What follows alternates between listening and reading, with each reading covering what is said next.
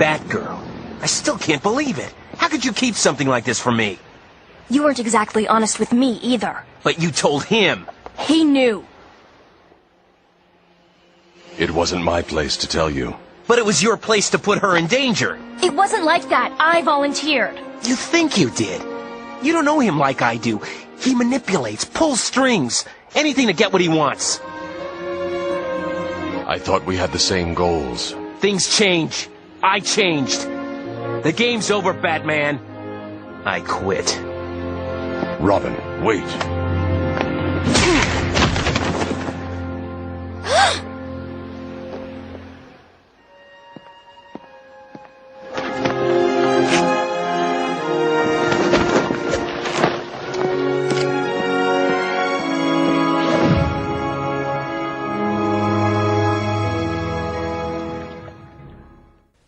Hey, what's up, everybody, and welcome to another episode of Mark Tiberius Lemke, Chicago Blackhawks fan. This podcast is part of the Batman Universe Podcast Network.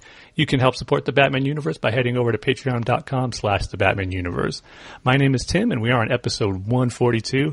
I'm going to be the host for this one because, unfortunately, Dane has still continued to have a busy schedule and wasn't able to make it. But don't worry, I'm not doing it by myself this time. Joining me for his first Bat-Fans podcast appearance is someone I got to know over on Twitter for a couple of years now, I would believe, and he's making his podcast debut with us on the Bat-Fans podcast, and that is Jake Lane. Jake, welcome. Hey, man, thanks for having me. Yeah, totally. It's cool to have you on. Like I said, we've been kind of getting to know each other pretty good on Twitter over the last year or two, I would say. I think at least, something like that. Yeah, so connected over Twitter and just geeking out about comics, movies, and most recently, I should say, what we've been geeking out over has been the latest Foo Fighters album, Yes. Concrete and Gold. And yeah, how awesome has it been listening to that for the last week and a half or so? Yeah, my wife, I think, might be sick of it, but so it's funny. So today I was at work and I came home and my 5.5-year-old was singing "The Sky Is a Neighborhood."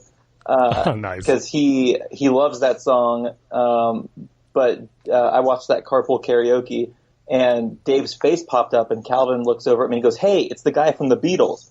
And I was like, yeah, okay. That record, man, the new one is amazing. They had talked about going in a different direction, and sometimes you don't really know what that means, but I was pleasantly surprised, and Taylor was on the money when he said that it's kind of their space record. Yes. And I love it so much. Yeah, me too.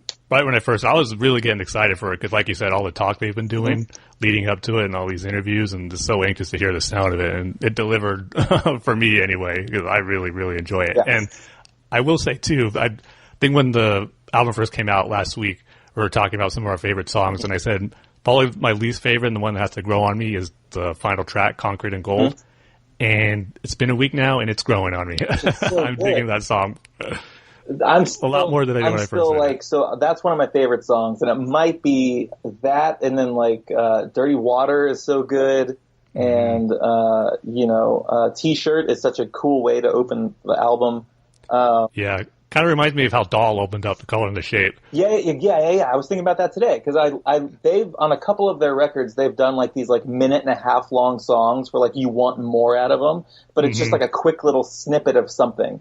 Because they had a song called Hell on In Your Honor that was one of those quick little minute 45 kind of songs, and T-Shirt is such a cool way to open the record. But yeah, just like Color and the Shape, it opens like that. It's cool.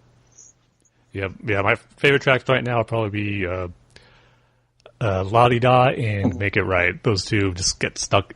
Every day, it's either one of those songs that gets stuck in my head. Right when I wake up, it's either that opening riff to Make It Right, or even just a hi-hat that introduces the song just gets stuck in my head. Yeah, well, and then when they talked about having the biggest pop star in the world on their album, I thought for sure, because that was the one thing that they didn't talk about. They talked about Paul McCartney drumming on Sunday Rain. They talked about Allison from the Kills being on the album, but they didn't talk about this person. So I, for the last month, have been thinking that it was either going to be Madonna or Elton John. And JT just totally, maybe because he's been around for most of my life, but I'm just I didn't even think about him being on there. And then when Dave talked about it in the Rolling Stone interview, I was like, man, but he's been keeping it a secret. Would he really say this? Because, Paul McCartney drums, which is more than what JT does on the record. Yeah. Why would he keep that a secret if it's so, not insignificant, but such a smaller kind of portion than somebody else did? But he added the la la la's in the back of Make It Right, it's pretty cool. I like it a lot. Yeah, it sounds perfect with the song. I just think it's funny how like the guest appearances on the record or just people he bumped into in the parking lot while making this record. It's like, hey, you want to be on this? Yeah. And then he said recently that Queens of the Stone Age was also recording a new album like a block away, and they would hang out every day because obviously Josh Homme was in Them Crooked Vultures, which is amazing. Yeah, and they're due for a new album. It's been like 10 years almost, man. They need another one. Yeah, I know. And so they saw each other every day, but neither of them played on the album. And I think I tweeted to you saying that which one? Dirty Water sounds kind of groovy like a Queens of the Stone Age song, and then that would have been like the perfect thing for Josh to sing backup on. It was, I don't know, it's such a groovy, I like it a lot. So that Concrete and Gold is still like 1B on for me on the record. I love it so much. Yeah, 9 record ins now, and they're still going strong, which is awesome, and I couldn't be happier. I know, and I'm hoping they pull like when they released Saint Cecilia, like a year after they did Sonic Highways, that was like a cool little, like most of those are really old songs, but it gave us something in between. I'm hoping we don't have like another 3 or 4 year gap between records.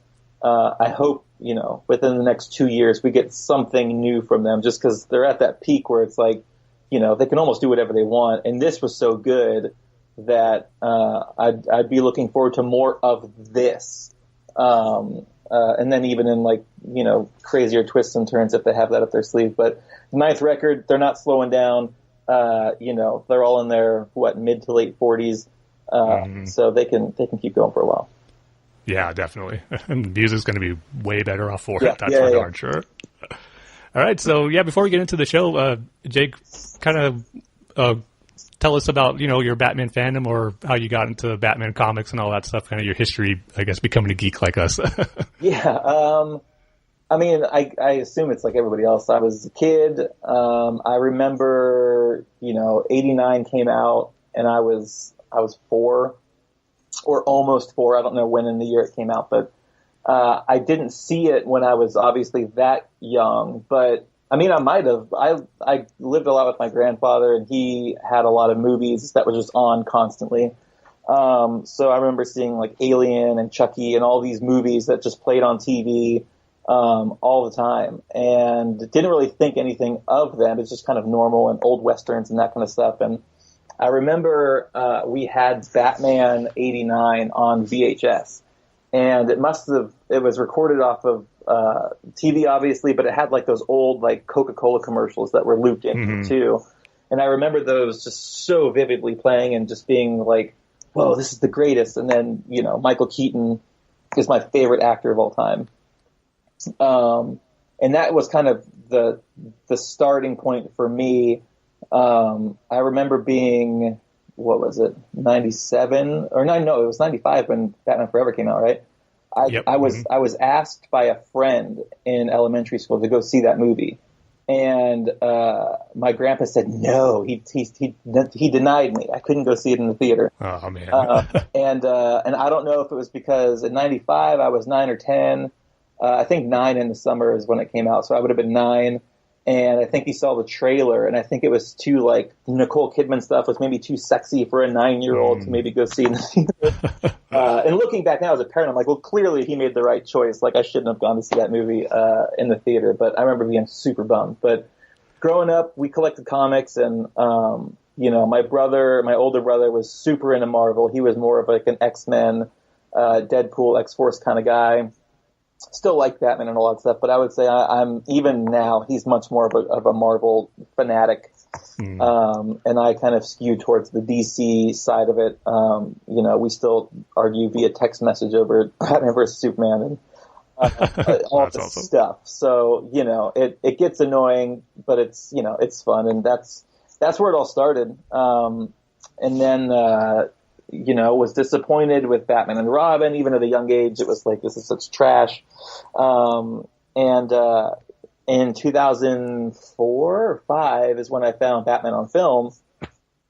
And I quickly kind of got on the boards there and started connecting with, that's the first time that I really started connecting with other people who fell in love with this thing like I did. Mm-hmm. And with the internet, it's so easy to meet people and kind of connect. And that was back when the internet was kind of still new-ish to a lot of people. So it was cool to see this thing that this guy had started, and everybody was connecting about it, and the message boards. And that's where I met like Martin Deere and Ben Cooper and Chris Cooper, John Beerley, Mark Hughes, Sean Gerber, all those guys I met on that forum. And we've all been friends now for, 2017? God, 11 or 12 years. It's crazy when you think it's been that long. Okay, so last year, Martin Deere, he was living in Houston, got sent up to Seattle for a conference, and he's from London, and he got sent over to the States for his job. And so we got to meet for the first time in person in 11 years of being friends. And so that was such a hugely cool thing. And we met because we were both Batman fans and stumbled upon this website, and we connected there 11 years ago. So, it's always great to meet other fans and kind of pick their brains. Then you become friends, and before you know it, it's like, wait a minute, how long have I known you? I think Herman was on there. I don't know if Paul was on there, but I met him kind of soon after that. Yeah, I think it's pretty much how we got connected on Twitter was through Paul, because I've been friends with Paul for a few years now, and just even at first, like back in 2011 when he was first on the Martin Myth Media podcast, that's where I first heard him and connected with him on Twitter and social media and all that stuff. And then I just think probably through conversations on Twitter where maybe we'd be talking and then you chime in, or you two would be talking and I chime in, then we just started following each other. That's the thing, man. Like, I wish I had a better memory of how I met people. Cause like, I know it's like generically, yeah, we met on Twitter and online and stuff, but it's like, what was the thing? Like, what was the first thing that I said to you that like connected us? And yeah, I wish Twitter features had like an archive for like everyone that you follow and like all that stuff to make it easier to go check out that stuff. But, no, I've known who you were for a while. You and Paul talk a lot of music.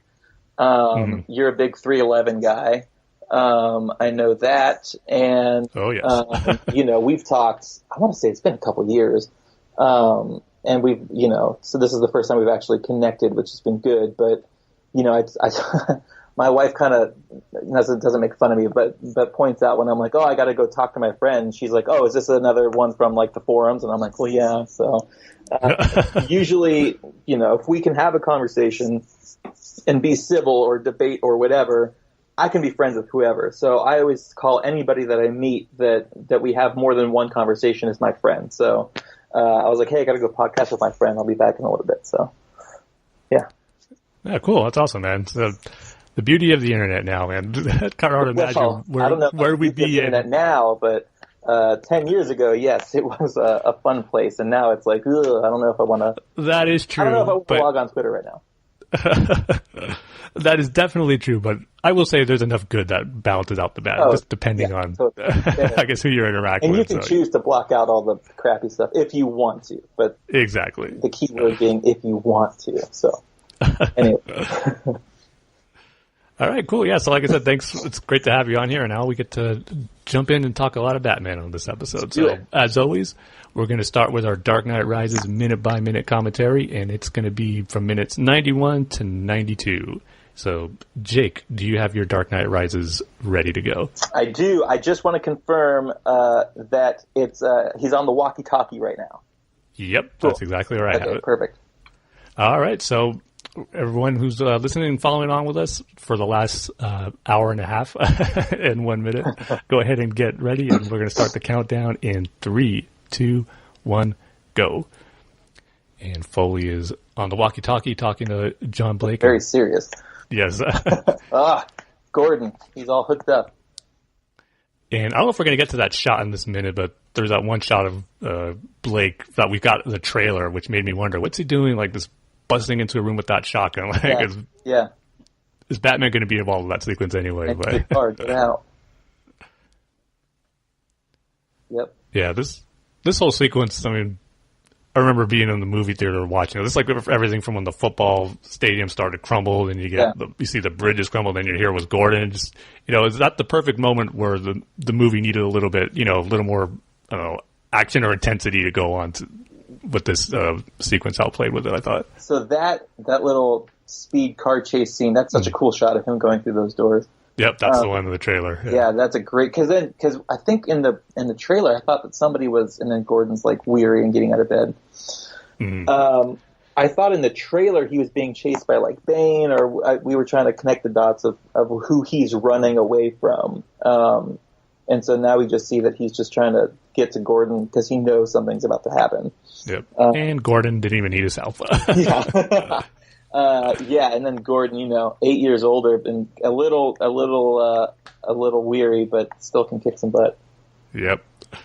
All right, so that was our minute for The Dark Knight Rises. But before we get off the topic of The Dark Knight Rises, where do you stand on the movie, Jake? Because I know it's pretty split amongst Batman fans as where it falls in their rankings and what they think of it. All right, I'm gonna try to say this for the last time. Okay. I've gotten into Twitter debates with friends of mine. I saw the movie like everyone else in the theater, and I really liked it. The ending never sat well with me. I personally, it wraps up Nolan and what he wanted to do really nicely in terms of anybody can wear the mask. It's a symbol, all that stuff. And I totally get that. And the first two films are like as perfect can get in terms of movies. This one, I didn't like that all it took for him to go away was Rachel dying. I think that, if your parents can die and you can find some kind of purpose with that, I think that the love of your life, you should find some purpose within that. I didn't like the ending just because when John Beerley and I were talking about it, and I asked him to co-write something with me for Modern Myth Media, and he was like, look, man, I can't. I've said enough about it. I don't want to get like all this hate mail because like I had people unfollow me, like all this stuff. And he brought up a really good point that I didn't even think about. So by the time this movie ends and Bruce and Selina are off on their vacation, he's only physically like Batman for less than like 200 days or something, in like a 10-year time span. Because Begins takes place over a couple of months, and then Dark Knight is 6 months later, if that, like a year later. I want to say like around a year or something like that. So there's a whole year of him being Batman. The Dark Knight, it takes place over the course of, I can't remember if it's a few weeks or a few months or whatever it is. And then that's over. And then it's 8 years. He comes back as Batman for, I don't know, a couple days, maybe, day and a half, 2 days, whatever it is, because he's gone for so long. Mm-hmm. And it's like, look, I get it, but I don't like that Bruce Wayne is alive and out there in the world and just totally passes off the cowl and says, you know what, it's not my problem anymore. Me and Selina are going to go and rehabilitate each other, and we're going to forget all about it and just kind of live our life. So I like it. I don't love it. To me, it's a disappointing way to end the trilogy. That doesn't mean it's not a good movie, because for what it is, it's great, but I don't like it. And then Gordon's like lying, and it's all built on a lie, and there's just so much stuff that just doesn't make sense to me. While I was fast forwarding to get to that 190, it's like, man, we're 40 minutes in, and there's so much packed into this movie. And it was close to 2.5 hours, but whatever. It was fine. It was fine how he ended it the way that he wanted to end it. He had that right. But after The Dark Knight, it's like, I feel like it's a step back and not necessarily a step forward to end the trilogy the way that it should have ended. Sure. I can understand that. And those are all valid criticisms. That I have some of those as well, especially the amount of time that Bruce was Batman throughout the whole course of the movie. But at the same time, what you were saying about how, the story that Nolan was trying to tell, I thought it wrapped it up in a great way with that. And, What makes it fine too, where if it was like the only Batman movie trilogy we're ever going to get, there would be, I think, probably a lot more disappointment with me in it because there'd be so much potential that wasn't done with it. But in this era we are with superhero movies and knowing what's coming next, like, it's good for having that trilogy in its place in time with that. Like, I totally agree. And now that, a lot of people have said, like, this is like their Batman. So kind of anything that comes after this is kind of fair game because they got what they wanted to see kind of in their hearts and minds when it comes to how they interpret the character. So I totally get, like, there's gonna be a new Batman movie like every 4 years or whatever. So I completely, we're gonna get something different, which is really good. And there's gonna be kind of something for everybody. There kind of already is something for everybody. But I do agree with that. There will be more. So maybe somewhere the third film of the trilogy will speak to me in my heart, and I'll say yes. But this wasn't that movie.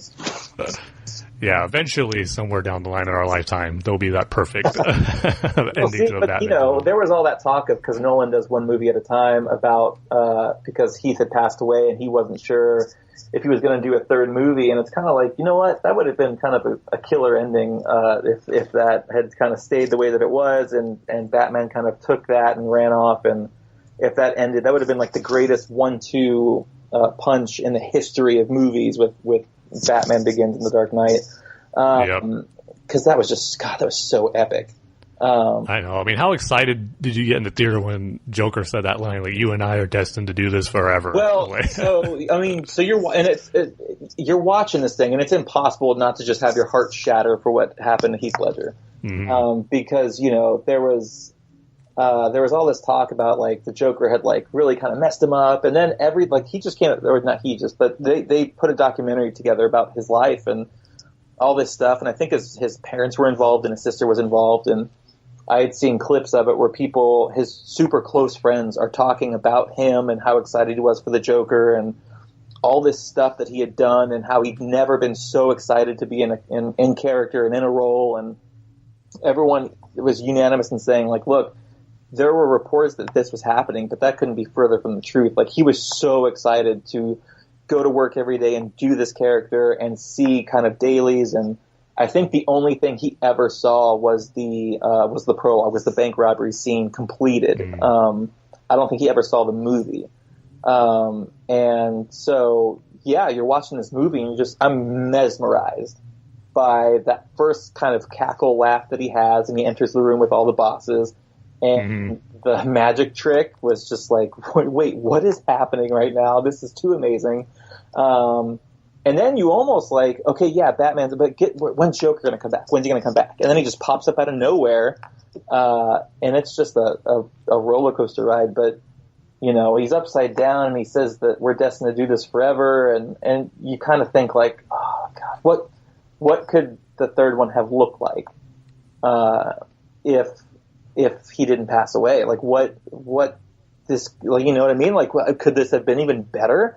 Would he have brought him back? I feel like you kind of have to, but it was, seeing that for the first time in the movie theater was mesmerizing. Yep.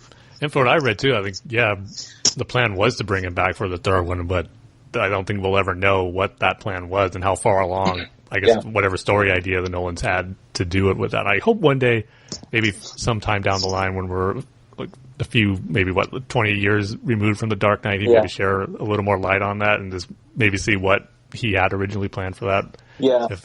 And that's what, I know a lot of people who are kind of in the know who are like, well, and he only does one movie at a time. And I'm like, well, that's all well and good, but that doesn't, just because you think about something and have ideas for something doesn't mean that you're necessarily like actively working on it. You can spitball ideas, and I'm sure that they had a million of them, but I know, just like from the creative mind, I don't think you can help but not think of future possibilities and stories. And even as you're working, I'm sure it's like, well, man, if we come back for another one, what could that look like? And, I've envisioned that. I even thought, and this is kind of a weird segue, but when Inception came out, and the first time I saw that movie, I had a hard time not picturing Heath Ledger in Leo's role for that movie. Just because Nolan likes to work with a lot of the same people.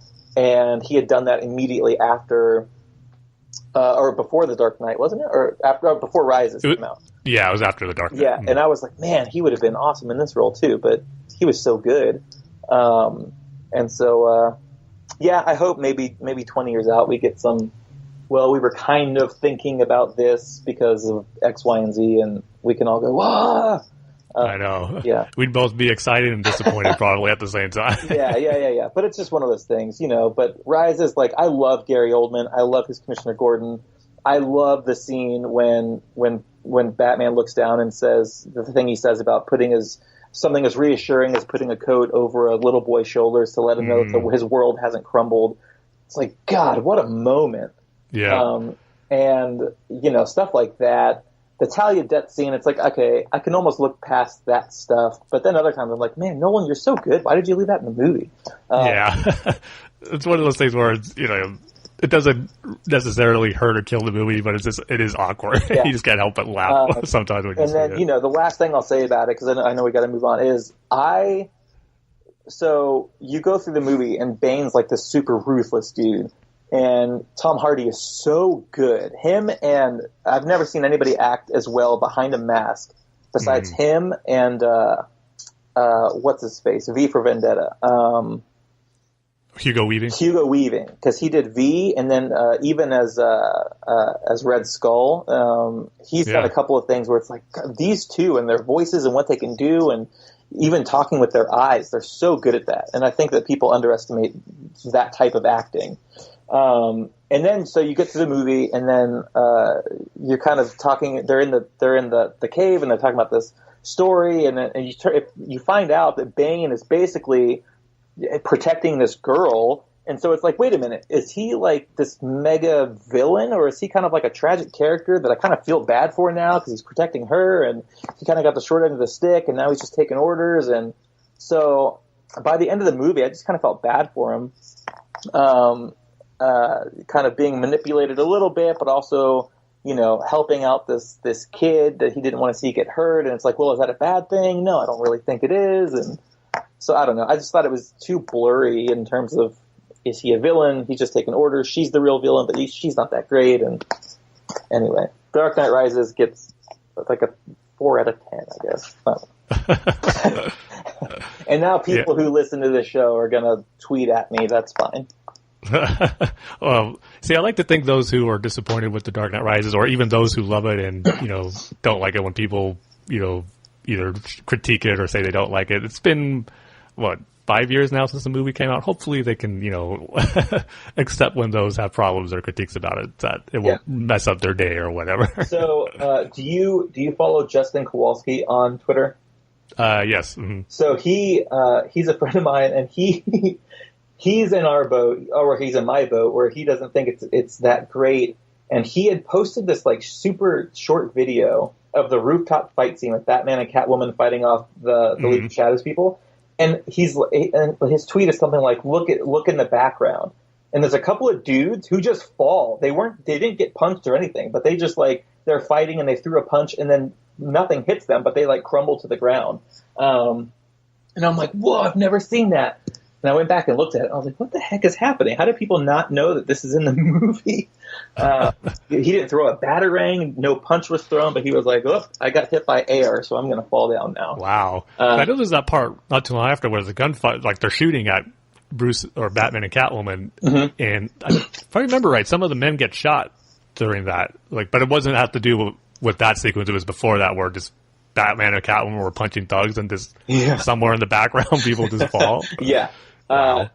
So that's a couple of things that I'm like, man, I don't know if they just wanted to get through this thing or what, but you know, Bale was great. He's always amazing, and Gary Oldman's amazing, and I loved like the Robin twist. I thought that was great. And one of my favorite moments was when Robin went to his house and just totally called him out. And the way that he knew that it was Bruce Wayne just floored me. Because then you think about it, and it's like, who else would know that kind of pain other than someone who's been there and can see it? Totally. And I thought that was such a great moment. So, you know, the movie has its moments, but overall, I just can't piece it all together. Well, I think the one thing you can definitely say is that it is no Batman and Robin. Because Oh boy. there's literally nothing good to come out of Batman and Robin except one thing. And that is what our feature topic is going to be for this episode. And I've been dying to talk about this because it's, well, first off, I'll just say it's 20 years of the new Batman Adventure season of Batman the Animated Series. And that got the whole series got a green light because they needed something to tie in with the new Batman movie coming out that year and Batman and Robin. And it's funny because this series is kind of looked at as kind of like the black sheep of Batman the Animated Series. And the reason I've been so anxious to talk about it, I've been waiting for the perfect time, and what better time than 20 years since the first episode of the season debuted, which was on September 13th. And this season of Batman the Animated Series, I'm going to be in the minority here. It's probably my favorite. There's just I really love what they've done with the characters, and just the mature storytelling went to another level, I thought, in this season. And just looking back on it, I remember, like I said, hearing about it before Batman and Robin came out, and I was supposed to be a tie into that. And I had a friend of mine, his name's Jason Palmer, and he's an artist, and he had, friends at Warner Brothers Animation who like kind of in the know of what's going on there. And he, told me about it pretty early on before I think it was even officially announced. And he was kind of preparing me to be like, don't think it's just, going to be another season of Batman the Animated Series. It's going to be totally different. And it might even be more lighthearted, more akin to, the movie that's coming out.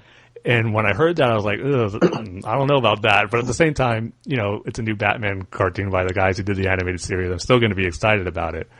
And then I remember being at a Tower Records, of all places, looking at a magazine. I don't even remember what magazine it was, but they had a featured article about the upcoming series. And I saw the first images of a few new character designs like Batman and Tim Drake as Robin. Like, oh, this actually looks pretty cool. It's different, but, still has that vein of the animated series that I know and love. But then when it finally came on, it was a Saturday, I remember. I mean, that whole season, it was being billed as the Batman Superman adventures. Like some days you'd have it as some Superman episodes, and sometimes you get new episodes of Batman or old episodes of the animated series. So depending on which day it was of what hero you got to see on TV. But I remember seeing that first episode, Holiday Nights, and it was a kind of a strange one to debut the new series on because it's, 3 vignettes, 3 shorts of episodes that made up into one, all holiday themed. And it was good. The first one was Harley and Ivy, poisoning or brainwashing Batman or Bruce Wayne to buy him tons of merchandise. Then the second one was Barbara fighting Clayface at a shopping center or mall. And then the third one, that's the one where made me think, okay, this show is different, but I love the way it's going because it was a Joker New Year's Eve one where he's going to blow up everyone by with this loud bell on the New Year's Eve once it hit midnight. And then just the way that ending fight sequence played out was just so different, where seeing Joker grab a gun, shoot Batman at point blank range in the arm, I was like, whoa, they're doing this now on a cartoon show? Like, they never could have gotten away with that in the first seasons of Batman the Animated Series. Like, okay, this one's going to be, like I said before, being that more mature range. Like, that was my first hint, that very first episode where Joker just shot Batman in the arm. I was like, okay, I think this series is going to be something good. And in the end, once it was all said and done, it did become something great, in my opinion. There's really some truly great episodes that, just took the storytelling to a whole nother level. So I love it. And before I start getting into, some of my favorite episodes, what were your first impression of seeing it for the first time, Jake? So I was big into the animated series, and was floored by that as a kid, because we'd watch, it was like that and Urkel and like all this stuff that I remember from childhood. I probably watched the new Batman Adventures, but I haven't seen them in forever. Is the episode where Robin quits, is that in this series? Yes, it is. Old Wounds. Yeah, so that one I remember because seeing, it's like you said before, like it was kind of more mature storytelling, and that's saying a lot coming from the animated series, which was pretty serious. And so I remember that episode because up to that point we'd never really seen, Dick throw a punch at Batman, and like those two kind of be heated, and him growing up, and things changing and not seeing eye to eye and kind of like that angsty kind of stuff. And that was such a big deal when you love these characters for so long. Seeing that, and that episode sticks out a lot in my mind. And then also seeing Nightwing for the first time. Yep. So Dick Grayson, for me, is probably a top 3 character of mine in all of comics, any character. And Nightwing is such an awesome. Yeah, it's Dick Grayson. Everybody knows that he was Robin, but Nightwing is I guess was kind of overlooked for so long. And then seeing that black outfit with the kind of teal blue, and it was kind of badass, and it was cool to see that finally happen in a show. And those two things, those are two biggest things that I remember from that show. And really liking that they finally did that stuff. Yeah, I totally agree. That's another reason why I just love this season of Batman the Animated Series. This the big change it had for the characters. I mean, you mentioned Dick Grayson as Nightwing. It's just so cool that we got to see, a few years of Dick Grayson as Robin, being Batman's psychic in the animated series, and then we see him grow into, his own hero and how that all came about. Like you said, that awesome episode, Old Wounds. And the continuity of those shows back then was phenomenal. Yep. So good. I kind of feel like, Batman fans in particular have been really spoiled in terms of what we've gotten over the last 30 years. But looking at those animated episodes and, my wife and I have debates about when we should let Calvin start to watch the animated series. Cause it's we remember them. Some of those were pretty dark, and those Two-Face episodes just blew my mind that this stuff is however old I was and I'm watching this and, it's a cartoon and it's Batman. So maybe my parents thought it was like the Adam West Batman. It's not to be taken seriously, blah, blah, blah. But some of those episodes were kind of gnarly, man. I remember one time we're actually watching the second part of the Two-Face episode, just me and my brothers in the living room, and we had the volume real loud, and there's that scene where Two-Face it goes to the that booking office, and then he just starts shooting his machine gun in the air. And my mom just yells out, what are you guys watching? What's all that machine gun fire? Aren't you just watching a Batman cartoon? Oh yeah, sure. Yeah, we are. Yeah. So, but the production on those episodes from the animated series all the way through, because the new Batman event, they only got one season, right? Technically, yeah, but they kind of spread it out. At least when it aired through 2 years, 2 seasons. But it's kind of billed as one season now. Yeah. Okay. Going through, and I don't know why it was canceled. I didn't even know that it was a tie-in to the new movie that was coming out. But seeing that continuity from the beginning of the animated series straight through was just it's just mind blowing, and that stuff should be recognized as some of the best television for when it was on. And I don't know why it got canceled or why they didn't keep going, or people got bent out of shape about the character design changes or whatever. But I thought it was great. Nightwing was a highlight, and it's always good to go back and watch those episodes.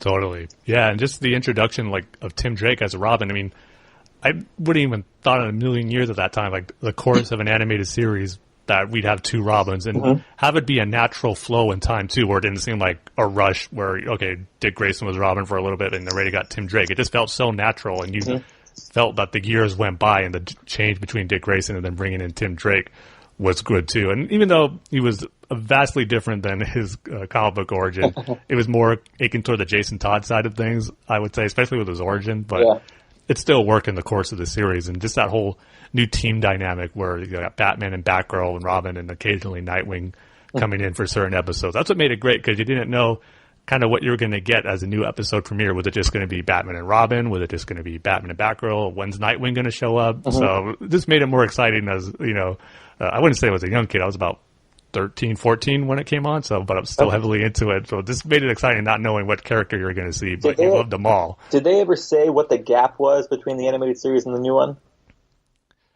You know what? It probably is out there. I don't know it off the top of my head. Because I want to say it's when Nightwing comes in, he's got the slick back, the long hair. Yeah. And when he quits, he's got his his spiky-ish kind of hair or whatever that was so signature for Robin back in the day. I want to say it's at least a year or two, something like that. Yeah, probably. But Yeah, Nightwing is such a badass, man. He's so cool. Yeah, but even his music thing was really cool. They released soundtracks of I think they have 4 volumes now of the animated series. I'm hoping they get to the new Batman Adventures because I'd love to have that Nightwing theme.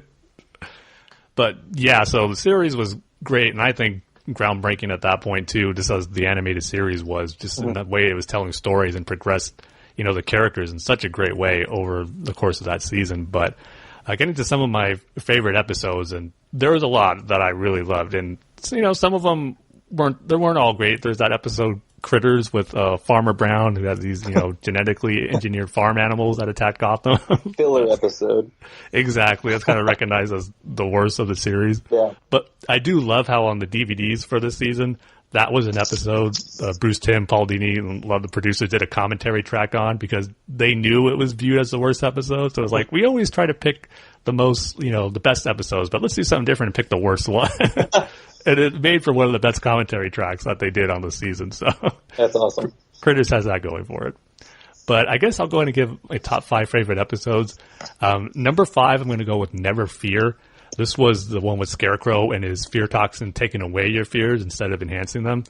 And it was such a great concept, but the reason it's number 5 is because I absolutely love Scarecrow's redesign in this series, and people have heard me rave about it before, so it's nothing too surprising. But yeah, I have to give this episode props for not only being a really cool episode and seeing Batman operate without fear and just, ready to cross that line and kill criminals if he has to, but you mix that in with a great looking Scarecrow, and even a new voice actor, Jeffrey Combs was the one who voiced him in this season, and he just did a perfect job. Like, that's the Scarecrow I think of whenever I read him in comics. I hear that voice. I just wish his design, it is, that design I think has carried out through different variations. Like even in Batman Begins, I think the way his mask look is kind of similar to his design in the new Batman Adventures. Like the noose and all that stuff?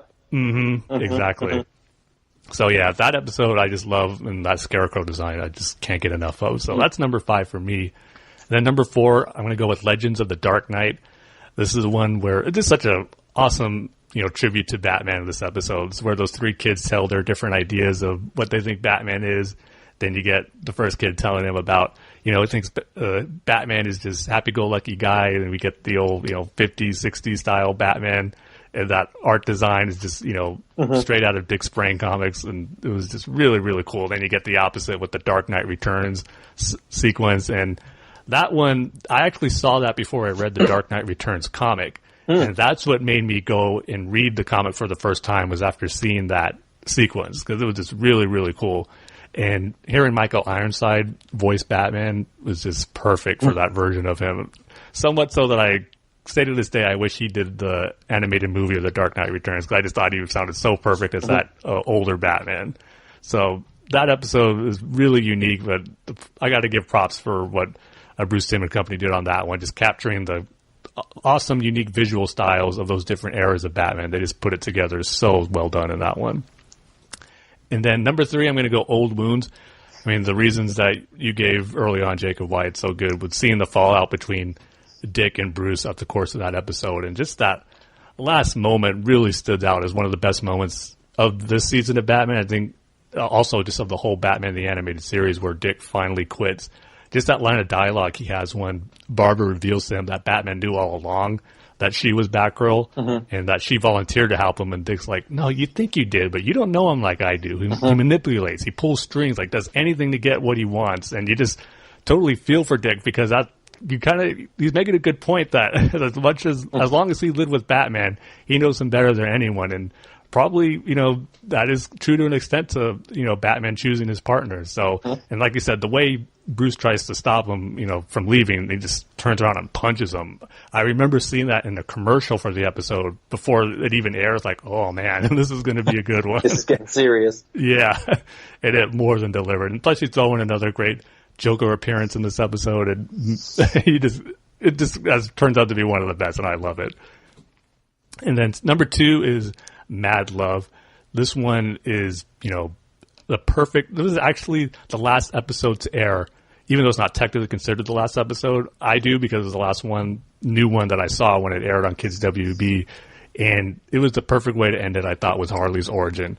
They did such a great job adapting the comic and just telling a really, heartfelt, moving story of Harley and, how she falls in love with the Joker and this, her tragic origin story with her being the psychiatrist and just being manipulated by the Joker and his lies that he told her, but yet she's always going to go back to him. It's a really tragic episode, but at the same time, they captured that the way they established in her origin in that early on comic, they just adapted it really good, I thought. So that's number 2. And then number 1 is going to be Over the Edge.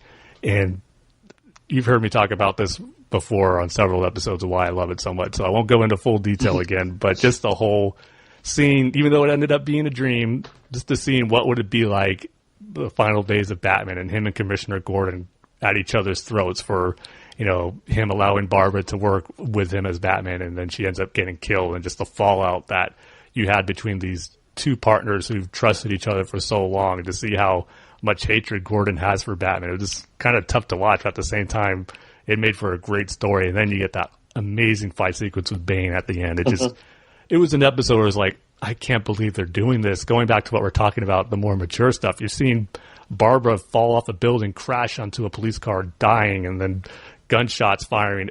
Multiple scenes in this episode where Batman and Robin and Nightwing are getting shot at by police, and then just a very brutal fight with Bane. It had it all, this episode, and this not only is one of my favorites of the Batman and Robin, the New Adventures of Batman, but just one of the best episodes of Batman the Animated Series. It was in my top 5. The one where Alfred gets arrested? Everybody gets arrested. Yeah. Either arrested or killed. And unmasked and all that stuff. Yeah, it was like, when I was watching, I was thinking, man, how are they going to get out of this one? It has to be a dream or something. And even though it was, to me, it didn't diminish the amazing stuff that happened during that episode, because we never seen anything like that in Batman the Animated Series. So, yeah, that one gets my top spot. So, yeah, that's my top 5 favorite episodes. And then before we move on from the future topic, I just wanted to talk about another big thing what the series is known for, and that's its character designs, because that was a big change. And for some, I know it turned a lot of people off, so especially the Joker. And I got to say, I don't fall into that camp that hates that redesign. I don't think it's great. I don't think it's the best, but at the same time, I don't think it's awful either. There's some shots where it can make the Joker just look very evil, but at the same time can make him look silly too. So it kind of depends on the scene that was being animated for the Joker to have me view if it was really bad or really good. But I don't know. How do you feel about the Joker redesigns, or some of the ones you thought were made for the better than what it was in the animated series? I liked Scarecrow. I thought that he was pretty cool. I didn't mind the new, because he looked more serious, and for a show that was kind of, I don't know, even more serious than the animated series, I thought it was fine. I wasn't, especially back then, wasn't super gung-ho on oh, they changed my favorite character or whatever. I always thought that the animation on those things was great. So even them making the changes, it wasn't that big of a deal because it was still awesome. I think if it were really crappy and the show wasn't good, I think that, then it's well, why did you do this? This is a reason why it's not so great. But the show being as cool as it was and as good as it was, I don't know. I liked the Joker. I thought it was cool because he had the darker eyes, right? Yeah, just pitch black eyes. That's pitch it. Black with the beady pupils, and he looked way more serious, kind of more sinister, a little more scary. But I feel like that's a good thing. I mean, look at the episodes we just talked about where Barbara's dying and Alfred's getting arrested. These aren't really lighthearted things happening. This is a very intense show. So I thought the design was fine. I can't remember other what other designs were people just really gung-ho about that just did not like? Well, some of the ones that I know got the big, probably the character I think got the biggest after the Joker, and I would agree, I don't like his redesign either, was the Riddler. Because they just made him really skinny and bald. He had no hair for some reason, but he was barely in any episode, so it wasn't a big deal. But when you saw him, it was just man, what were they thinking? Oh, I remember this now. I'm looking it up right now. This is weird. No, that's not good. Yeah, and then the other one I didn't really like was the ventriloquist, because for some reason his head just looked like a pencil eraser or something. Something about it looked off. And then Killer Croc was another one, not necessarily bad, but I just preferred his original design where he was blue, and his voice actor for the first few seasons of Batman the Animated Series were great. And this one had a new voice actor that just wasn't quite the same, and he had more, or he was a green skin, more of that crocodile look and the new Batman Adventures. So it wasn't bad, just wasn't as good as the first one. But yeah, it's almost like Riddler and Two-Face went the other direction and like got a little more kind of cartoony. And Joker was kind of the only one that got more. Joker and Scarecrow got a little more serious and kind of creepy looking. Yeah. But the Two-Face redesign, the design was way better in the animated series than it was for the new Adventures. At least I think so. Yeah, the other one I think was for the best was the Penguin redesign. He looked just like how, you'd expect the classic Penguin from some of those old, 50s and 60s comics, the real proper top hat, clean cut Penguin. Yeah, like Danny DeVito.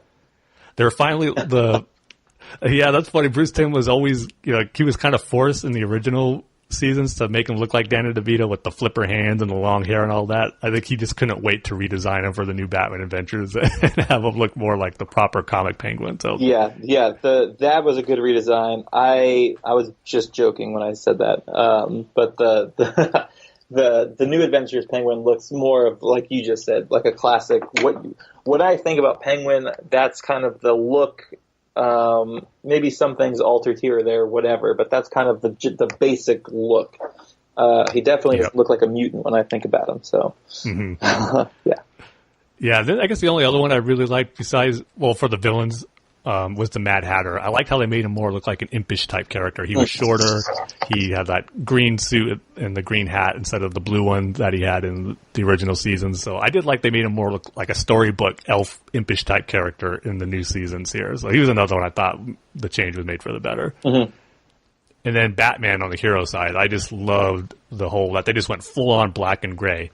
In the first one of the animated series, he had that blue tint to his cape and cowl, but this one was just full on black, and they got rid of the yellow shield on the logo for his symbol there, and I just loved how it's just a plain black bat symbol on the chest of his suit. So it's Batman so was another one. Yeah. Exactly, yeah.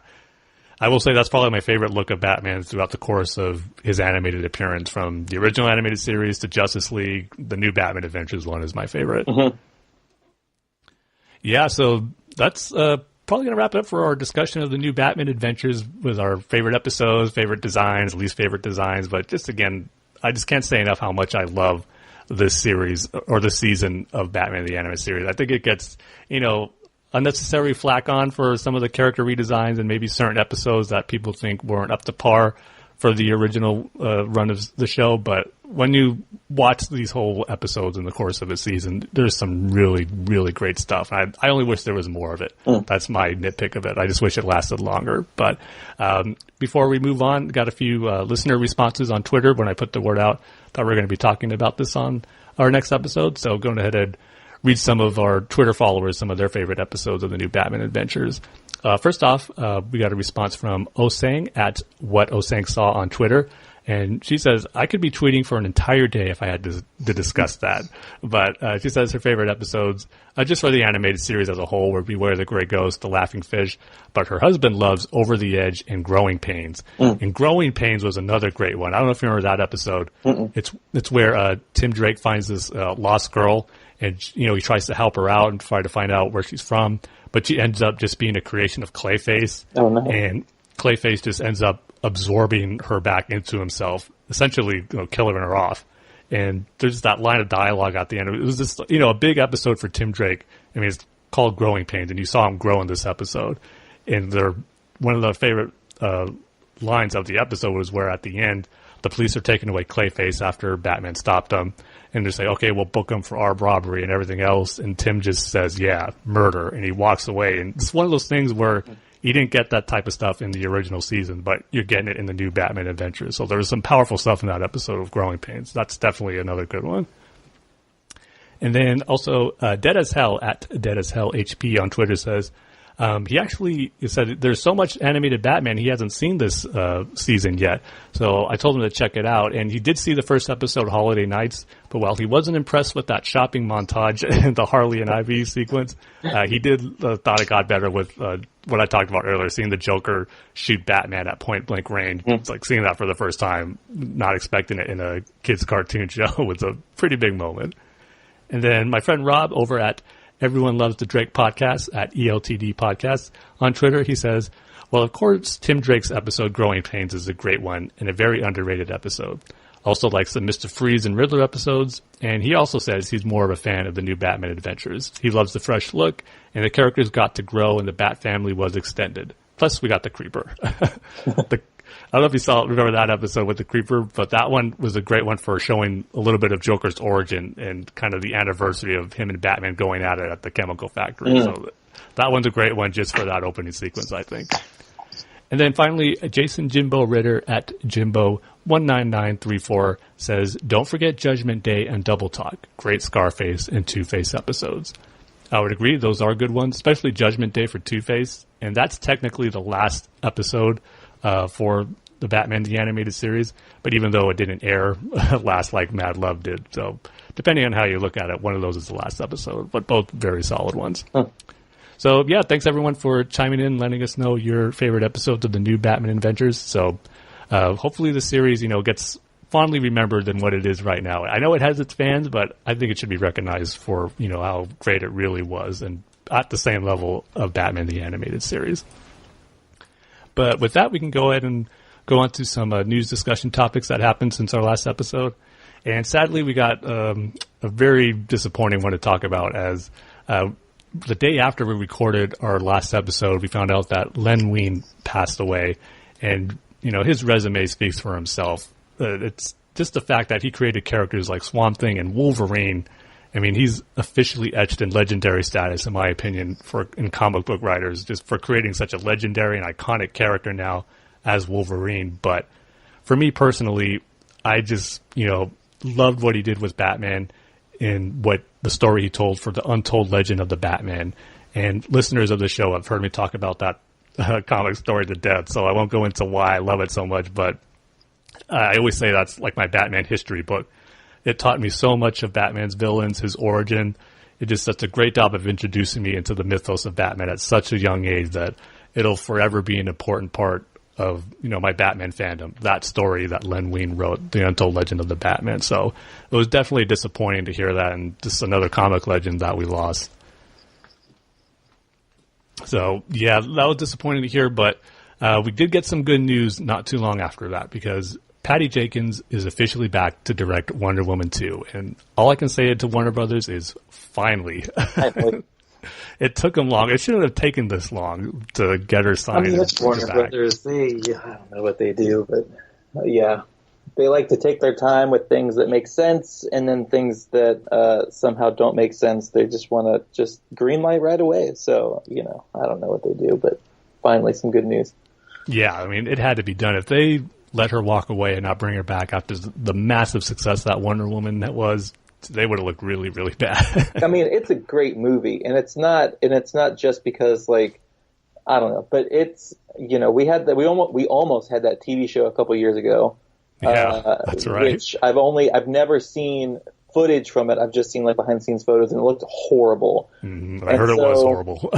Yeah, and then you get like, why is this character who has such an amazing history, especially now with what's happening in the world, and you want this character like front stage center, man. Like you want this to shine, and so there were people that said, well, I know people who've seen early cuts and it's not that great and blah blah blah, and it's WB and they still have problems, and it's like, all right, well, we'll see. And then it came out and it just kicked everyone in the face. It was so good, and I was so happy that it did so well, and the cast was amazing, and Patty Jenkins killed it.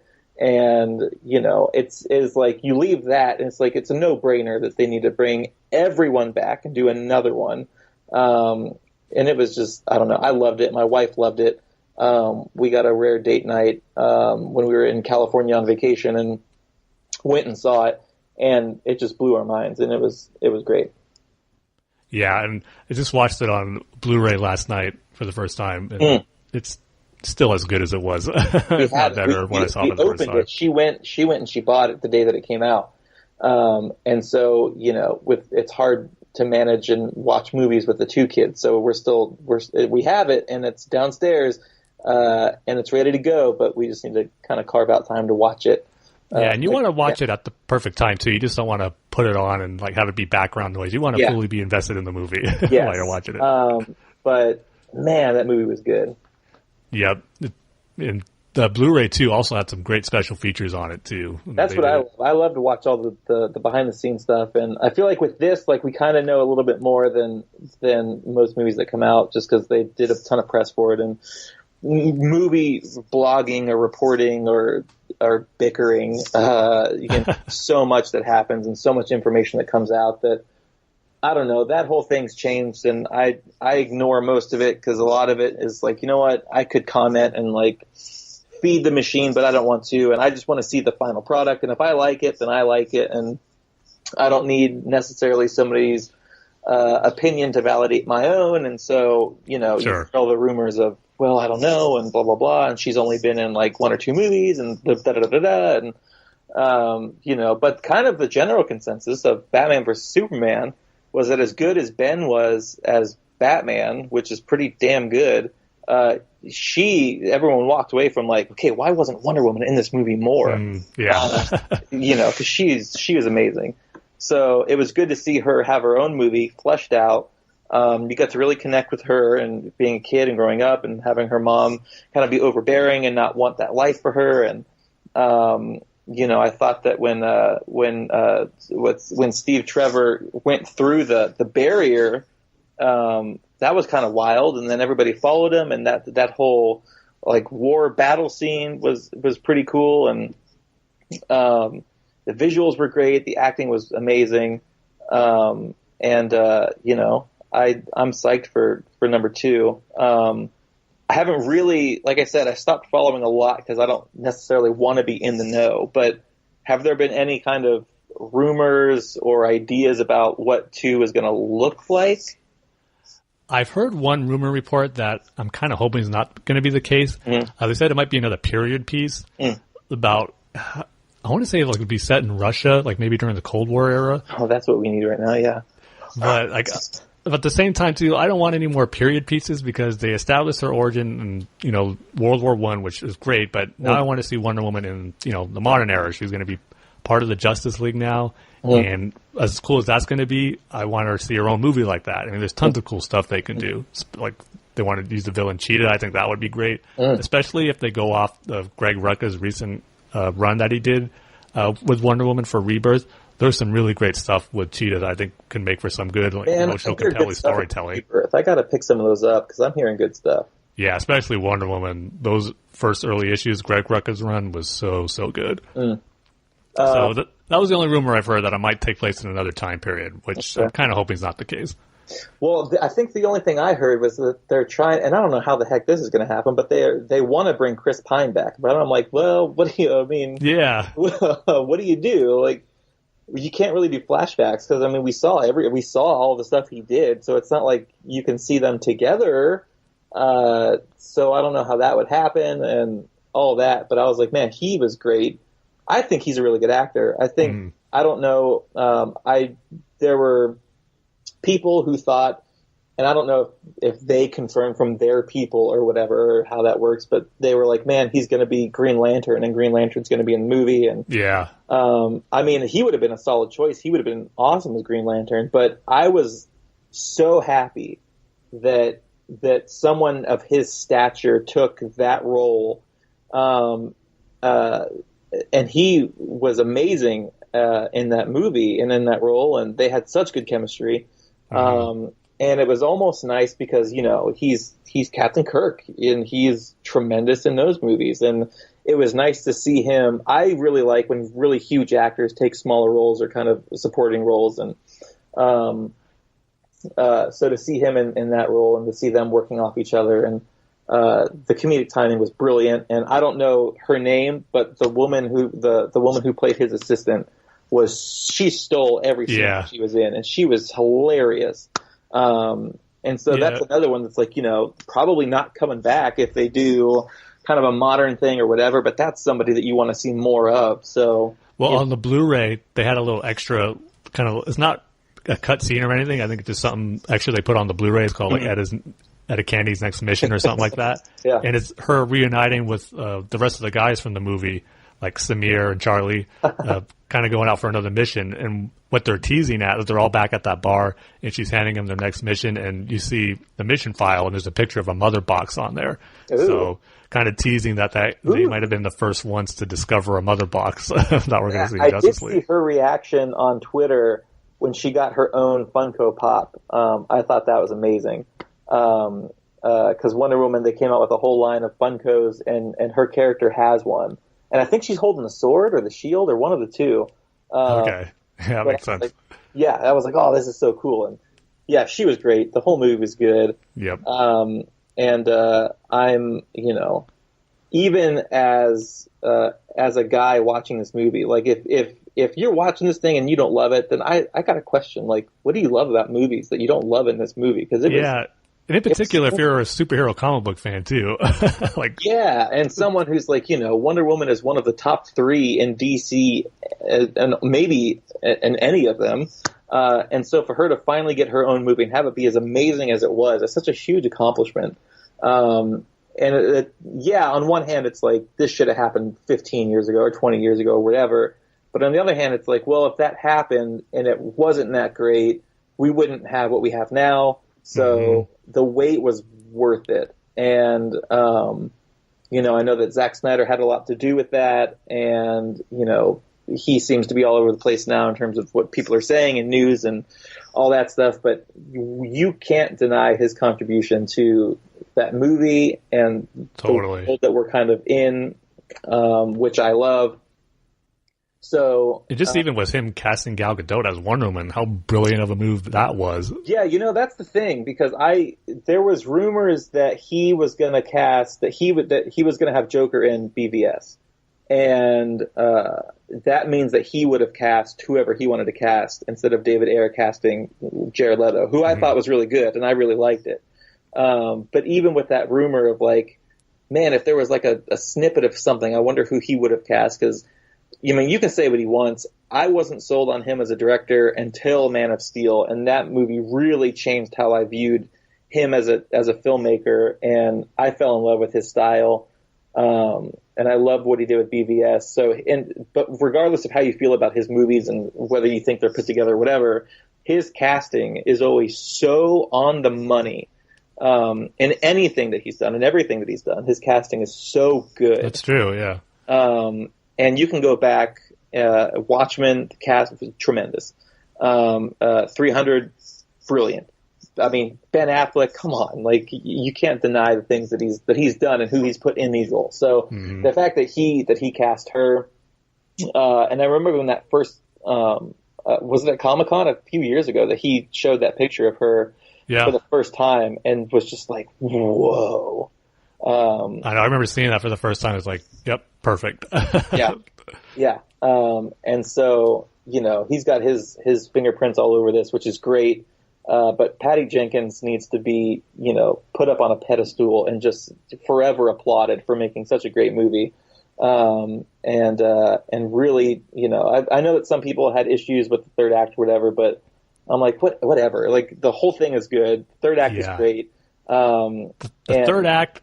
I'm sorry, I don't know what people are complaining about. I love that. Either, man. I love that third act. It drives me crazy when people like nitpick all this stuff, because like, you know what? You go do better. You go do better. You go figure it out. It's so easy to type a negative review from 3,000 miles away and like what you would have done. Well, you didn't, and if you want to do better, then go do better. But it was great, and I loved it. I loved the scene when she was going to kind of get in disguise in the modern world, and she tried on all these different outfits and dresses. And the scene that was kind of an homage to Superman was great. Gosh, man. It was perfect of being an homage and then doing their own thing with it too. Just a perfect blend. Totally. And Chris Pine, his timing is so great. And kind of people, I was a theater major, and so I look at these things from kind of a technical standpoint, and yeah, things are edited and all that stuff, but you can't fake chemistry and you can't fake timing, and his timing with everything is so good. Their chemistry was great. That whole cast was phenomenal. It was kind of DC's Captain America, and I mean that in the best way possible, because I love that movie. We just watched that movie like a week and a half ago. Nice. Yeah, it's one of the Marvel movies that I watch a lot too. That first Captain America. I tweeted this. You can go look back. It was like 2 weeks ago, and I was like, it amazes me how underrated Phase 1 of Marvel is, especially Captain America. Yep. That movie, I mean, people think that it's okay, but if you go back and watch that, the movie is damn good. And I was not sold on Chris Evans until I saw that movie, and then I was like, yes, he's now definitive Steve Rogers. So, but this was kind of DC's Captain America in the best ways possible, because that movie was great. So I'm really looking forward to seeing what they do with 2, how she plays in the Justice League. I'm really excited about that. Haters be damned. I'm excited for it. So, we'll see. I was thinking about this yesterday. I was watching Wonder Woman on Blu-ray for the first time. How awesome is I'm watching Wonder Woman at home for the first time, her own movie, and then in just about a little over a month, I'm going to be seeing the Justice League in theaters. So if we have time for this, walk me through, you can just give me bullet points, what you thought of Batman vs. Superman, if you liked it, and your hype level for Justice League. Batman v Superman, I'll say I enjoyed it, but at the same time, I was disappointed with it because I was hoping and kind of expecting it to be like up there as one of the best superhero movies ever. I mean, you're getting Batman and Superman together for the first time, and there was just too much in it that I didn't think needed to be there, and it kind of dragged the movie down. Certain aspects of Batman's character I wasn't necessarily a big fan of, but there's also great moments in that movie. Ben Affleck's performance is amazing as Batman. It's great. The whole end sequence I thought is phenomenal. Right when him and Superman, I think the moment where Luthor and Superman are talking on that rooftop and he's revealing his plan and all that, I love the movie from that point on till the end. It just kind of getting there is a little hit and miss for me. So I'm definitely not a hater of it. I like it. I just definitely think it could have been better and should have been better for, being Batman and Superman's first movie together. So Justice League, I'm super excited for it. I think it looks great.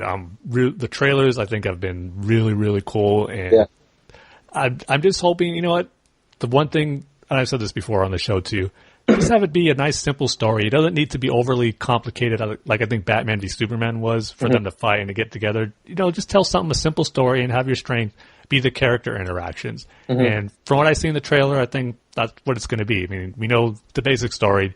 Darkseid sending Steppenwolf to invade Earth through some other boxes, and the Justice League's have to band together to stop them. I'm fine with that.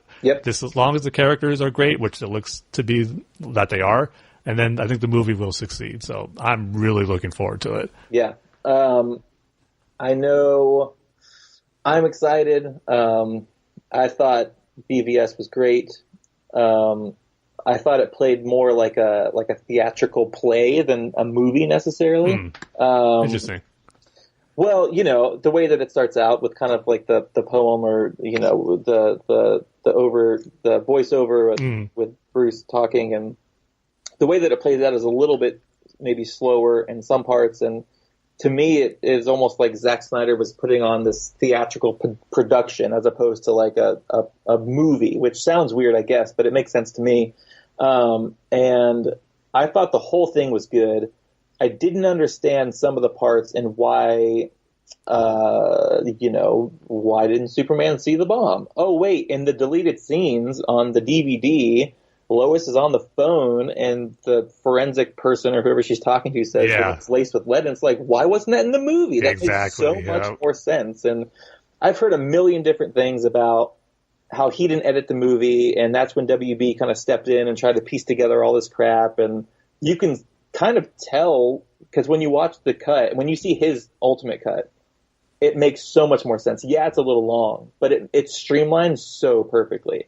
And it makes so much more sense. And you get to see Clark investigating and being a reporter and going deep for the story. Yeah, I love and that all this stuff that makes so much sense. It's like, wait a minute, who cut this from the movie? Because this is what Clark Kent does. And he's doing this, but why wasn't this shown? So I thought it was good. I got chills when if we have time, I have a question. I got chills with the raising of the dirt and that scene just got me. And I got emotional because I know it's coming. And so my question is, and I asked my other friend this too, I could have sworn that they had an open casket funeral for Clark. Because doesn't somebody put a picture in his coffin? And I think they're all walking through. And then I think Martha or somebody puts a picture in there and then closes it at the end. But I could have sworn it was open casket. And then I'm thinking, well, how the heck are they going to bring him back? And I don't understand how they're going to do that. Because wasn't in the comic book, it was like, oh, Clark Kent's found. It was like, I don't know, a while after Superman came back, like under the rubble and blah, blah, blah, whatever. And it's like, okay, well, this is a movie. How are they going to do that? Or are they just not going to bring him back? Or are they just going to tell everybody that he's Clark Kent? Yeah, it's definitely going to be curious to see how they're going to work in the Clark Kent angle of it, because I think the Superman stuff's no problem. It's just bringing Clark back. But as far as I remember, I don't believe they showed an open casket. At least I'm not remember seeing it. I'll see if I can find it. I'll text you or tweet you or whatever, and I'll tell you like what minute mark or whatever to look at. I could have sworn that they did because I was in the theater. I'm thinking like, wait a minute, all these people can see who the heck this is. Like, what's happening? Because it makes sense for them to think they have Superman's body in that coffin, but really putting Clark's body back with Martha makes sense personally for her. Mm-hmm. So I would have to imagine that the Superman casket is empty and Clark is at home next to his dad or wherever he is. Because then that's the dirt rises from there. Exactly. So I don't know when they made that switch. If Bruce has like some like Superman lookalike that he threw in the other one, and I don't know how they're going to explain that. Yeah, I'm sure they won't go into detail as far as the other casket, like the main one that's for the city of Metropolis. But yeah, it'd be interesting to see if they even do that in Justice League or just worry about it for the eventual or if they're Superman. like, screw it, we have a really easy storyline. This is what we're going to do. Go. And it's like, cool. I'm in. Yeah, so I am curious to see, because that's maybe one thing that I'm a little iffy on for Justice League is that, it's the first Justice League movie and you want to see all the big heroes together, and that Superman's not going to be, in it for most of the movie, it looks like. But it could make for a pretty awesome moment seeing him come back come back to life or for the first time, and then just, totally saving the day and just kicking the crap out of, parademons and Steppenwolf. But do you think he's coming back and he's like good right off the bat, or do you think we're going to get a little bit of like angry Superman kind of needs to kind of like get knocked around, and then he's like, oh yeah, wait a minute, I'm supposed to be Mr. Hope, so now let's go kick some butt? No, you see, I think he's going to come out totally different. He's going to have that, personality and outlook on life, that hope outlook that everyone's been clamoring for in, the last two movies. That I think he's going to come back having that attitude. That's the perfect way to do that for them. He dies and he comes back a new man, new attitude. So, well, yeah, hopefully, because that's why I loved that ending part. As soon as Clark decided that he was going to take the spear, and he knew it was going to happen, in that moment, because as soon as they shook hands and Martha kind of humanized him as not as a human, but as a person, an alien, sure, whatever, a living, breathing person, that's when the switch flipped for Bruce, and he was like, you know what, like, I've been looking at this all wrong. And then when he sacrificed himself, Bruce saw that, and that's what brought him back from his own maniacal edge that he's been on for however long he's been on it. So to me, that made so much sense to do that, and have that be the motivating factor for Batman to go back to being the Batman that everybody knew and loved. And so that was so different from what Nolan did and what we've seen before, that to me, like, yeah, some of those things I didn't necessarily love seeing him that way, but being in 2017, knowing what he's gone through in this universe, like, you would kind of go to the edge if these things happen to you in real life. So I totally understood those character choices. And I hated seeing Batman go through them, but having Superman die so that he can come back and say, you know what, I now have something. I was shown what it takes to believe in humans and people and this and good and hope. And now that's what I'm going to go back to being. That was such a huge moment that I thought was great that we've never seen before. So, I thought BVS was cool. I thought it was awesome. Justice League is hopefully going to be great. I'm not going to read anything because I don't want anybody kind of tainting what I think it's going to be. But I have high hopes. So. Yep, and we don't got long to wait now. It's going to be here before you know it. And like you, I can't wait for it either. It's going to be awesome. Hopefully, Warner Brothers finally has two massive hits on their hand with Wonder Woman and Justice League. So hopefully it all pans out that way once the movie comes out in November. All right, and one last bit of news that I'm super excited for and glad that it's happening. Another Batman Teenage Mutant Ninja Turtle crossover is coming this December, and as you guys know, who's listened to the show, I was a huge, huge fan of the first crossover. And the fact that we're getting another one, maybe not a huge surprise, but I'm just glad that it's happening. And this one is going to kind of be the opposite, it looks like, in the brief descriptions they have, where instead of the Turtles going to Gotham in the first crossover, looks like Batman characters are going to be going to New York in the Turtles universe.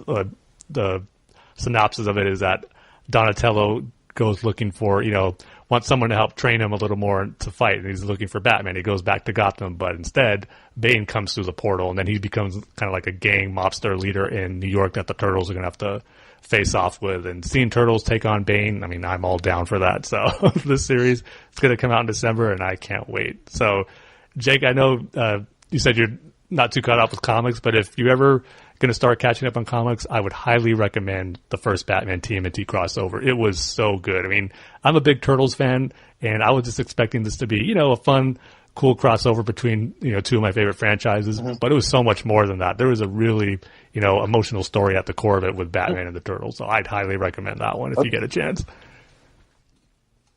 All right, so with that, that's the news we have for this episode, and we can go ahead and go on to our listener feedback. And first up, as always, Jordan sends an email saying, "Hey, Tim and Dane, I enjoyed hearing your thoughts on Batman and Harley Quinn, Tim. I loved the film, but I think our differing opinions are largely because I was a fan of the humor that you didn't enjoy. For example, I was howling laughing at the now infamous Batmobile fart scene. What can I say? I'm probably just immature, LOL. It was a situation I never expected to see Batman in, so I think the shock value was part of what made it work for me. Do you think that humor would have worked better for you had the film not been done in the style of the new Batman adventures? I agree with you that Melissa Roach is probably the second best Harley voice actress. I love Hayden Welch's Harley, and I really like Tara Strong's as well, but Melissa Roach is probably my favorite besides Arlene Sorkin. I love the scene in the henchman bar. Tim, did you stick around until after the credits? The post-credit scene was one of the best parts in the movie, and it was more satisfying ending than the way they defeated Swamp Thing. The post-credit scene is hilarious, and it's a nod to the animated series The Batman, which of course I appreciated. Overall, this is one of my favorite entries in the DCU AOM line. While I understand that it didn't work for many people, it certainly worked for me." Well, Jordan, yeah, I did see the end credit scene, and I was at the point where one of those humorous moments that I thought was still a little too much for me. It just didn't seem to fit. And so I wasn't really a big fan of that end credit scene. And yeah, I do think I probably wouldn't have too much of an issue with it if the designs weren't like the new Batman adventures, because it's not like they were caught between of honoring the animated series but being something totally different at the same time. So yeah, I think it would have been better if they wanted a totally different art style if they were going to do the humor that they did in the movie. I don't know, did you see the Harley and Batman movie, Jake? I did not. I heard about it, and I heard not a lot of people loved it. Yeah, I'm kind of in the middle of it. There was good moments in it too, but they went a little too overboard with the humor for me. So if you're okay with some fart jokes and other over-the-top humor, maybe you'll enjoy it. Like Dumb and Dumber meets Batman? Kind of. But Jordan continues saying, "Happy 20th anniversary, Batman the Animated Series. My local comic shop did a Batman the Animated Series marathon this past Sunday in honor of the anniversary, which was awesome. They showed 8 episodes of the show, and it was a lot of fun. As you guys know, unlike most fans, the Batman was actually my Batman show growing up. That's the one that made me become a die-hard Batman fan. However, Batman the Animated Series was still a pretty big part of my childhood as well. I was just a little too young to watch Batman the Animated Series or even the new Batman Adventures as they aired. But I did have about 10 or 15 episodes on VHS that I'd watch over and over again. I didn't get to see the series in its entirety until later, but those 10 to 15 episodes are one of the things that sparked my Bat fandom early on in life, before the Batman premiered. Anyway, I enjoyed hearing your list of your five favorite episodes, so I thought I'd list mine as well. I'm actually really surprised that we only had one mutual pick, but I guess it goes to show how many amazing episodes there are in that series. Anyway, here's mine. Number 5, Harley's Holiday. Number 4, Holiday Nights. Number 3, Old Wounds. Number 2, Heart of Ice. And number 1, Over the Edge. As you probably noticed, it's mostly comprised of the new Batman Adventures episodes. But as I said before, that's my favorite season of the series. Well, because of that, Jordan, I hope you enjoyed our discussion of how much we love the new Batman Adventures as well. So you're not alone in that one being your favorite. And he continues saying, in response to your questions about meeting Michael Rosenbaum, that was my Flash figure that he was holding in one of the photos. I've had that Justice League Flash figure for as long as I can remember, and I thought it would be awesome to ask him to hold it in one of the pictures we took. I did indeed get to ask him a question, but not when we were taking the photo. He actually had a Smallville panel, and I got to ask him a question there. It was actually a pretty amazing experience. Normally at the panels, they have lines where you can line up and ask questions through a microphone up to the panel stage. So when they began soliciting questions at the Smallville panel, I jumped out of my chair and tried to hustle to the aisle to try to get in line. However, much to my surprise, Michael came into the audience and brought his microphone right up to me and let me ask a question. I was sort of in shock, but I managed to get my question out despite it. I asked him about what he thinks, how he thinks Lex would have turned out differently had he had loving parents like the Kents instead of Lionel, or if Lionel had known all along that Lex wasn't the one who killed Julian. He basically said that parents are so important in who a child grows up to be, so he thinks that Lex would have indeed been different had he grown up in different circumstances. Anyway, it was just super cool to ask him about that, and I really appreciated hearing his answer. He was such a class act, and he continued to go through the audience person to person to answer questions. I'd never seen anyone else do that. I know he made my day by doing so, and I'm sure he made a lot of other fans' day as well. Yeah, that's awesome, Jordan. I knew you were at that panel, but I didn't know he just went up to different audience members and, had them ask questions directly into his face while he's holding the microphone. That's pretty darn cool, so glad you got to experience that. I don't know, were you a fan of Smallville, Jake, when it was airing? That's for another podcast. I was never into it. I didn't like it when it was on. I did watch the finale thinking, finally we get to see him in the suit, and they had that stupid rule of no tights, no flight, none of that stuff. Yeah. And I thought it was lame, and so my wife was super into it. And so a couple of months ago, I was like, you know what? I'm going to try to give this another watch, because I think they're all on Netflix or Hulu or whatever it is. Yeah, so Hulu. I started the pilot, and we're 10 minutes in, and I turned it off. I was like, I can't do this. Because first of all, the kid's 3 or 4 years old when they stumble upon him, and I'm like, what? How do you explain just randomly getting this 4-year-old, and this doesn't make sense, and he's not a baby, and it's too different, and blah, blah, blah, blah, blah. So I couldn't do it. I didn't know. And some of the acting, I was like, yeah, I get it, but I would have. We watched season 1 of Supergirl, and I liked it. I was really hoping that Tom Welling would come back as Superman. I thought that would have been really cool, and kind of a cool thing for him to put on the suit and actually get to be Superman. Yeah, and kind of link a CG suit. Yeah, instead of a CG suit, and kind of link them together, which that would have been rad, and I would have been on board, and I would have watched it. Because the guy they got is I don't know, it's not good. Yeah, I didn't love Smallville. But Lex was the best part about that show. He was great. Michael Rosenbaum, yeah. And then the dad on that show was really good too. He's a good actor. But otherwise, the show as a whole is kind of meh. No. Yeah. Sorry you felt that way. But there are, there was some, even for those who don't necessarily like the show like you do, I think there'd be some episodes in there that you'd probably appreciate as other Superman. Oh, yeah. Especially the Christopher Reeve ones. Those are pretty awesome. So my second son, our youngest is named Reeve after Christopher Reeve. Oh, that's awesome. Yeah, so Calvin is, here you go, Yankees man. So Calvin is named after Cal Ripken Jr., who was cool. a hero growing up, because I'm an Orioles fan, as you know. And so Ripken was my hero as a kid. And when we were pregnant with him, we were tossing around all these names, and we're not into like, you know, kind of generic John and Kevin's and that kind of stuff. So I pitched Calvin, and luckily she loved it enough that she was like, yeah, that's great. And then, so that was pretty cool. And then Reeve, I was like, you know, other than I will admit this now, I pitched Keaton as a first name for Michael Keaton, even though that's not his legal last name. But I was like, how about Keaton? I would love to have a son named after my favorite actor of all time. That'd be great. She said no. And so we were like, okay, and then what? And then I was like, you know what? I read Christopher Reeve's book, and I was blown away by who he was as a person, even after the accident, maybe even especially after his accident. Yeah. And just the things that he did and what he stood for, and all the time that he had given to stem cell research and all of this amazing stuff. And he's confined to this chair, and yet he's doing so much for people and for other people. And aside from the initial accident and when he was having some pretty dark thoughts, as I'm sure anybody would, once he got over that, he was just this beacon of hope and light for so many different people. And I thought that was amazing. And I remember being in my car going to school in my first year of college, and I turned on the radio and they announced that he died, and I started bawling, and I'll admit that. And I was a wreck. And then I went out and I bought a Superman shirt, and I wore it for like a couple days. And so then when we got pregnant again, after Keaton was denied, that was the next name that came up was Reeve. You don't hear a lot of that as a first name, and I thought that was pretty great. And then other, you know, God, reading this book and what an example for anybody to look at this guy and try to live a life like that. I thought that was pretty remarkable. So.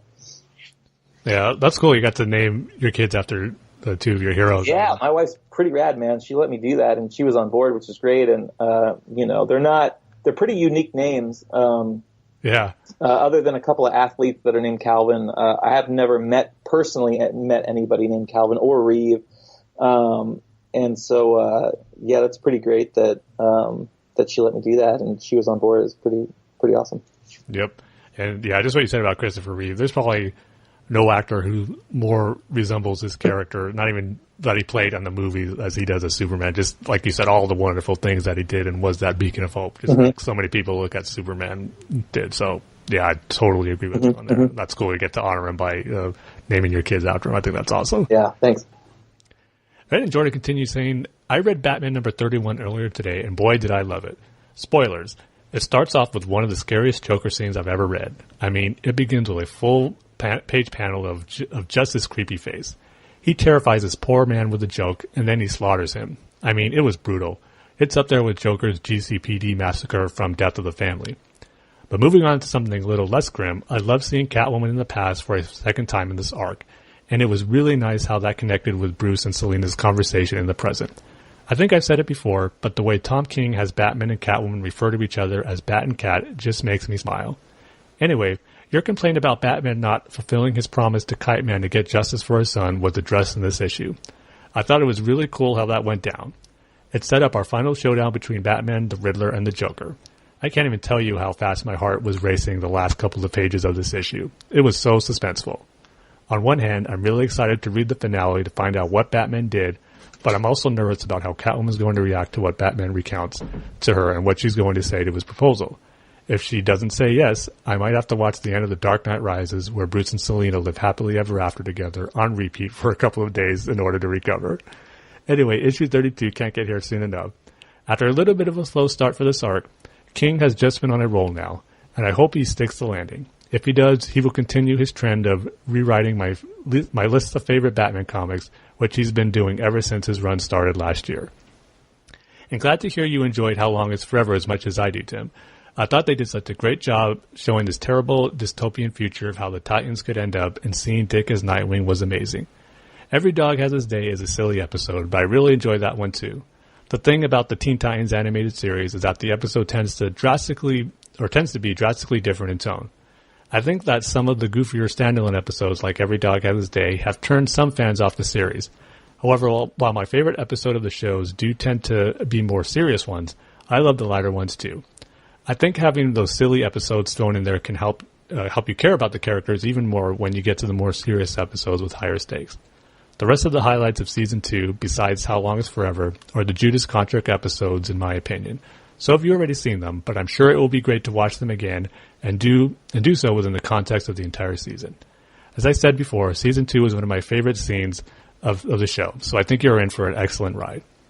I've been going through the Teen Titans animated series because I'd never seen it before, and watching the Judas Contract animated movie, I was a little disappointed with that, but on the Blu-ray they had some episodes of the series, and I thought those did a better job of adapting that comic than the movie did, so I started watching the season 1 not too long ago. It's taken me a while to get through it, but I'm enjoying it. I don't know if you ever watched the Teen Titans series from 2003, Jake, if you're a fan of it or not, but I'm just starting to get into it. Not a whole lot. I've seen bits and pieces, but not enough to know about the show as a whole. Yeah, because always back then I thought, this was geared more towards a young audience. It's probably going to be a little more silly, which it is, but at the same time I was surprised of, how deeper the stories were, and some of them couldn't be more on a serious note, which they blend pretty well too. So I'm enjoying it now that I'm watching it for the first time. Cool. And he continues saying, thanks for shouting out my new podcast. It's launching on Batman/Harley Quinn Day, September 23rd, and I'm really excited about it. I gave you guys a shout out in the show notes of our first episode, but I'll give you a proper shout out on the air on our second episode. Well, thank you in advance for that, Jordan. I would love to have you guys on as guests at some point. And Dane, get the idea that I'll stop writing emails to your podcast out of your head right now, my friend. You guys are my favorite podcast to listen to, and I'll keep writing in for as long as you guys keep putting out episodes. Well, thank you, Jordan. We appreciate that, as always. And I still got to check out your first episode, so I'll be sure to do that as well. And speaking of Batman and Harley Quinn Day, did you guys have any plans this year? I'm planning to head to my local Barnes & Nobles in the morning since they're having a Batman Day event. I'm hoping to pick up some of the special edition comics that they have. Have you guys seen the cover of those? They're awesome. And then I'll probably go home and read them in the afternoon. As per tradition, I'll probably watch a Batman movie this year as well. But I'm not sure which one yet. It might be Batman and Harley Quinn, though, since I'm going to be wrapping up Batman Day by recording my second podcast episode, which will include a review of that film. Even though every day is Batman Day for me, if I'm being honest, I really had a lot of fun with what DC Comics has done with the official Batman Day these past few years. I'm looking forward to another exciting one again this year. It's my favorite holiday. It should be a special one given that Harley Quinn is taking over this year for her 20th anniversary. Batman Day also happens to fall on Barbara Gordon's birthday this year. A Batman movie featuring Batgirl could be another fun option for what to watch on Batman Day. Perhaps Sub-Zero or The Killing Joke? Or maybe Return of the Joker, since both Harley and Barbara are in that one. I've got a few to decide. Well, Jordan, you got to let us know which one you did end up watching to celebrate your Batman Day. But for me, I just went to the comic shop to pick up my books, and then I saw the Harley issues there, which were cool to see with those covered. Especially, I like the Dark Knight Returns homage one where you see Batman and Harley just jumping in the sky with the lightning. So that's how I spent my Batman Day. Did you do anything, Jake, for Batman Day? Watch any movies? No, we did not. My son has an Affleck, one of those like Batman masks or whatever, and he wears that all the time. And I totally spaced until I think later that day, and I was online and I saw the hashtag and I was like, oh no.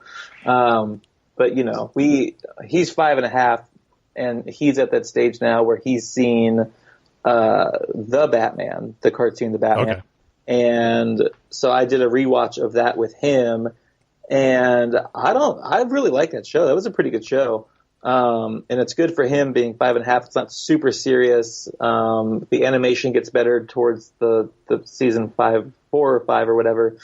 So, there's constantly some type of Batman, and Lego Batman is big in our house right now, as I'm sure it is in a lot of houses. So yeah, so no, nothing specific on that day, but now that he's getting older, we were just talking like, when can we show him like Batman Begins, and when is old enough to watch that? And yeah, there's a couple of scary parts, and do we cover his eyes, or we just wait till he's older, or what do we do? And but the time's coming, so I'm just like I'm waiting with anticipation for showing those movies. So yeah, I'm sure that's gonna be an awesome moment when you can share those Batman movies for the first time. Yeah.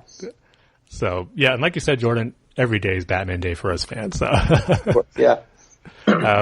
But he continues to say, okay, a couple of questions to wrap up this email. Since it's the 25th anniversary of both Batman the Animated Series and Harley Quinn, what are your top 5 favorite Harley Quinn moments from the DC Animated Universe? I say the DCAU because at first I was going to say Batman the Animated Series and say that the new Batman Adventures was fair game, but I also wanted her appearance in Superman the Animated Series and Batman Beyond Return of the Joker to count. Then I figured I might as well include all the DCAUs since she appeared in Static Shock and Justice League as well. I'm not including the Batman and Harley Quinn since I still can't figure out if it's in the DCAU canon. And quite frankly, moments from that movie might actually dominate my list if they were to be included. Anyway, with all the qualification requirements out of the way, here are mine. Some of them are just quotes because that's the easiest way to refer to the scene in general. The scene or number 5 for Jordan is the scene where Joker puts Harley in a fish head costume in The Laughing Fish. And number 4 is Don't You Want to Rev Up Your Harley, Mad Love. And number 3, I Want a Lawyer, I Want a Doctor, I Want a Cheese Sandwich in World's Finest, the Superman the Animated Series. And then number 2, the scene where Harley walks Bud and Lou through the street, Harley's Holiday.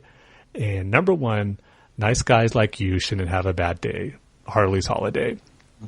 And Jordan, I'm just going to go ahead and say it right now, our number 1s are exactly the same. That moment in Harley's Holiday is such a great moment where Batman gives her the dress that she actually paid for, even though she's going back to Arkham, and she just says, or Batman tells her, I had a bad day too once. And then she says that line, nice guys like you shouldn't have a bad day. That was great. So some of my other favorite Harley moments or lines was from The Man Who Killed Batman, where she's playing the kazoo or something when Joker's giving after he gave his eulogy speech, and then she says, you put the fun in funeral. That whole sequence is just great.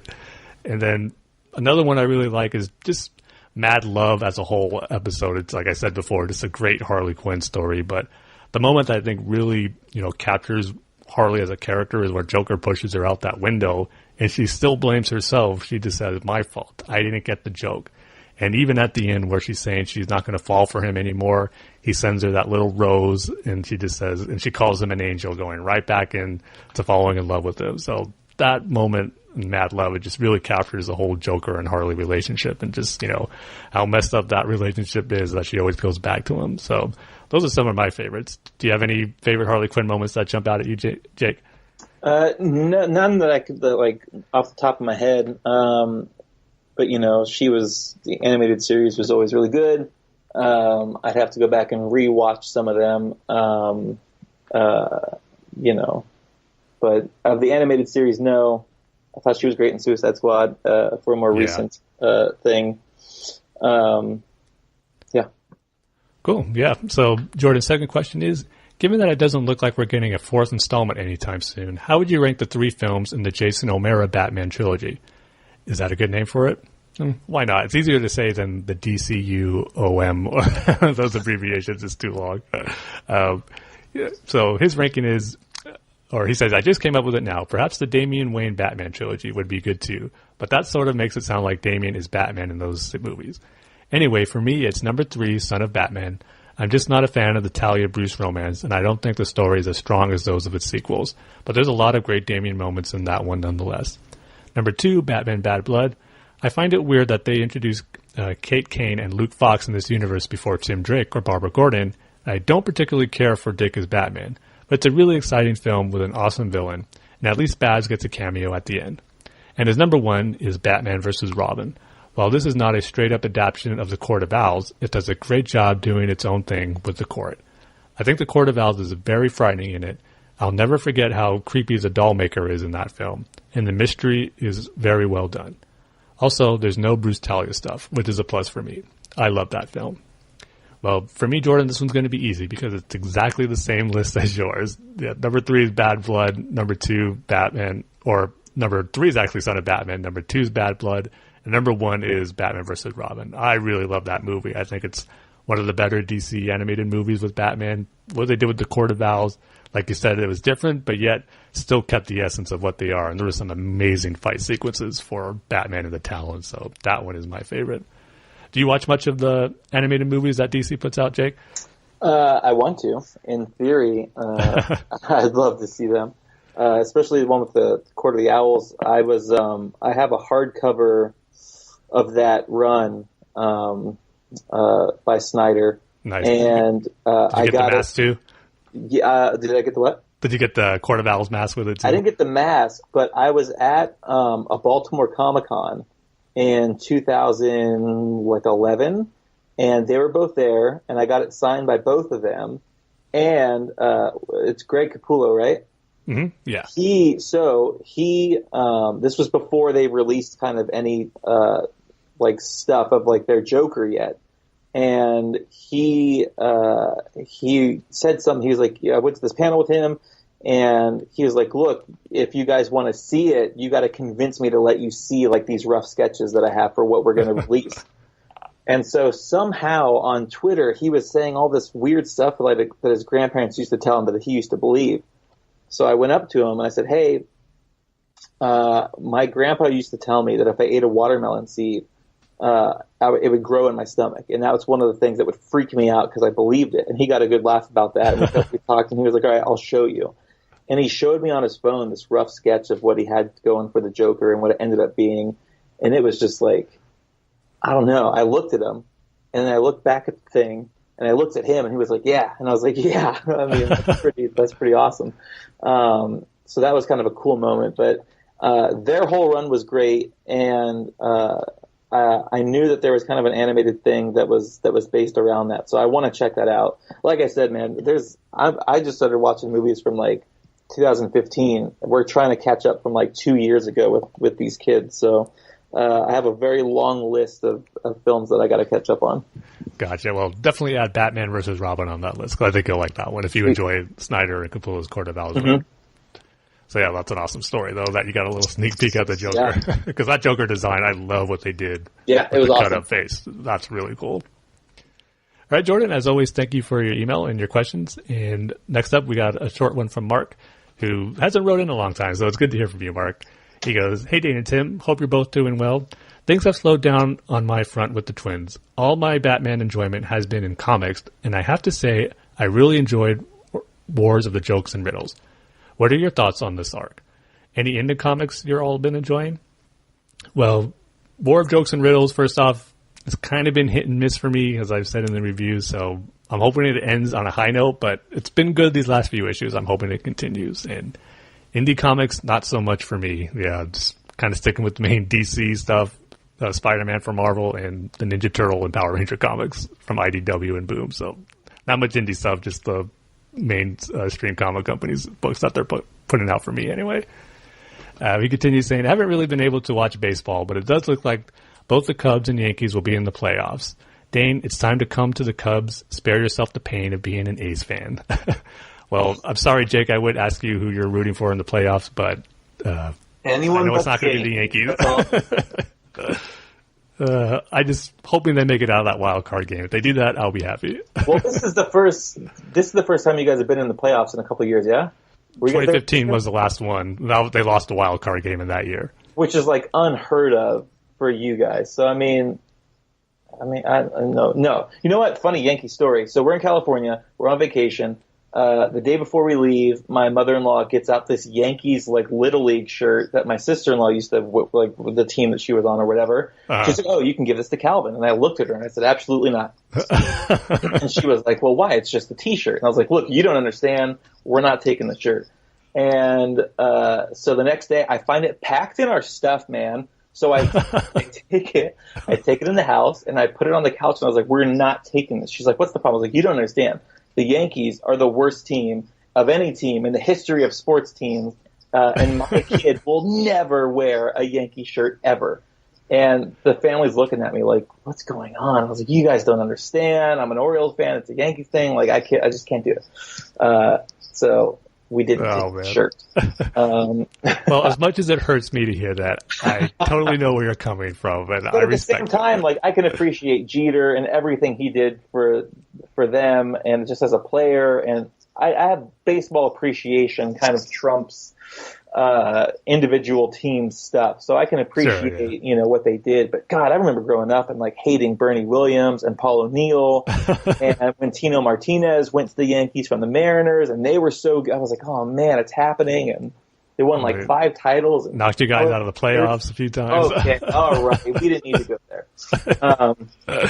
So yeah, it was brutal being an Orioles fan, because then Mike Mussina was 10 years with us, and then he went to you guys, and it's like, man, come on, Mike, like, why you got to do that? So, yeah, we've had our chances the last couple of years, and we've had such a bad rotation the last few years, and injuries and that kind of stuff. So hopefully, I still believe in Buck. I think that should be around for a long time.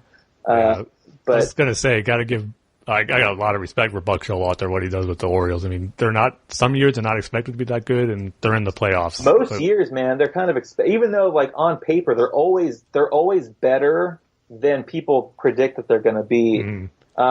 This year we should have been a little bit better, but our rotation kind of took 2 steps back, and they lasted a while. For at least the first 2 months, they were right in the thick of things. That's the thing. And then Britton got hurt, and then Chris Davis got hurt, and then everybody kind of had like these nagging things. And now my biggest fear in the world is after next year, Manny's going to sign with the Yankees, and I'm going to cry about it for 10 years. And so I wish that he would go. If I want him to stay, but if he goes anywhere, go to like the Cubs. Like, I don't really care. Go to St. Louis or go to Detroit, but just don't sign with the Yankees. Go to the Mets before you go to the Yankees. The only thing that might not make that happen was Yankees have a really good infielder prospect who might come up next year. Good. Probably going to be your third baseman. So call him up. Girardi, bring him up. If he's as good as projected, Manny might not be in the cards. Hope he comes up and hits 45 home runs, so that'd be awesome. Yep. Yeah, I got him and Judge hitting 50. Yeah, I'll be all for that too. Yeah, anybody but the Cubs, or anybody but the Yankees. So, sorry, but I hope they get swept. Yeah, I'm just excited for the postseason in general. I think there's going to be a lot of good series this year. I mean, despite if the Yankees make it out of that wild card game. So. Have you ever been to a Yankees postseason game? No, I haven't, but geez, I would love to. So it was 2012, and we're living in Pennsylvania at this time, and we're like an hour. So we live in southeastern Pennsylvania. We're like an hour from Baltimore. My cousin calls me and he says, "Hey, what are you doing tonight?" I was like, "I don't know, nothing really. We're getting ready for dinner." And he goes, "Be at my house in half an hour. I got tickets to the game." And it was Yankees Orioles. I think it was the wild card game. It was no, they played the division series. The Orioles won the wild card game, then they faced the Yankees. Okay, perfect. Series. So it was like the last game. It was like game 5 or whatever it was. So we went and we ended up. No. I don't think it was the clinching game. Anyway, we went to this game. Yeah, because the first 3 were actually in Baltimore, then they moved to Yankee Stadium for the last 2. Okay, so then it was one of the first 3 games, and we go there, and it is just going bananas, man. So Camden Yards is the most beautiful park you've ever been to.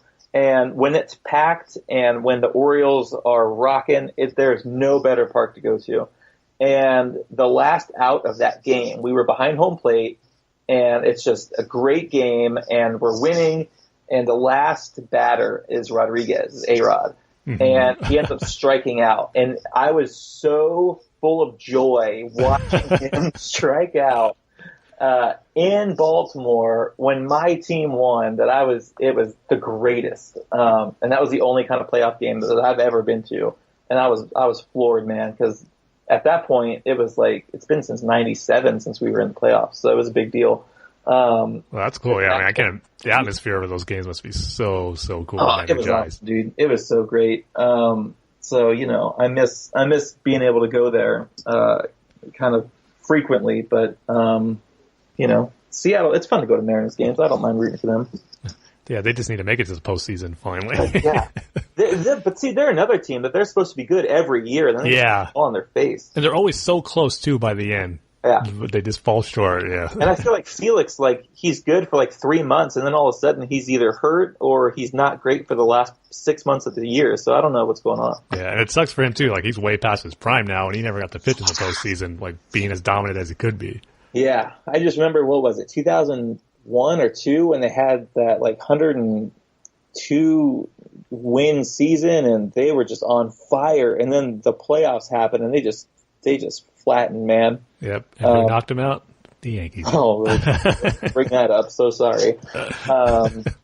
But you could just counter with the Arizona Diamondbacks in the World Series. And that was the one. Depressed. My brother stayed up, and we watched. What was it? Luis Gonzalez, yeah, Mm-hmm. with that bloop, that little single up the middle. Yeah, man. Yeah. Arms up, run around. That was awesome.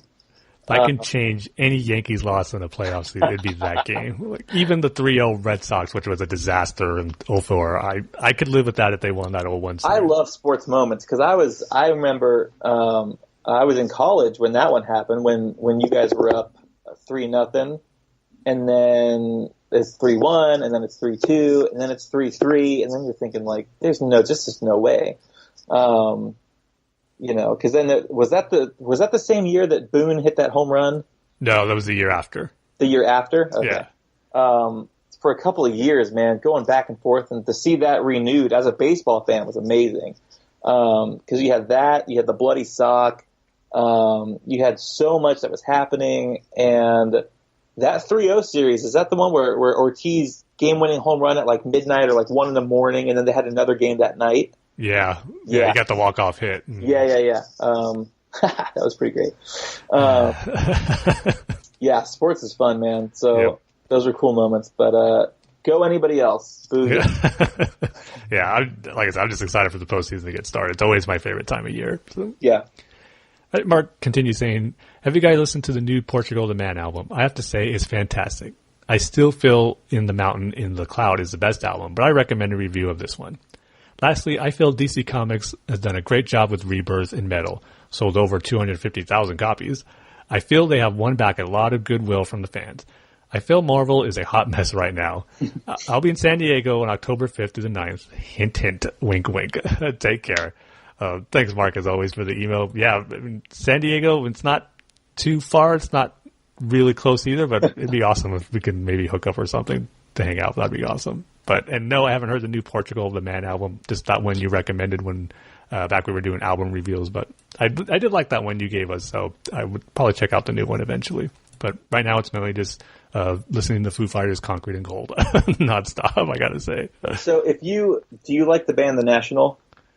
I can't say I'm too familiar with them. So check them out because a lot like Foo Fighters, they released an album like a week or 2 weeks before Concrete and Gold came out, and I was really looking forward to it. I loved all of their stuff prior to this. A friend of mine that I met on Twitter introduced me to them, and then this record that they just came out with is such a kind of a departure, and it's kind of more like electronic vibes to it, but it's still them. Okay. So it's another one of those records where it's a departure from what they used to do, but it's still really great.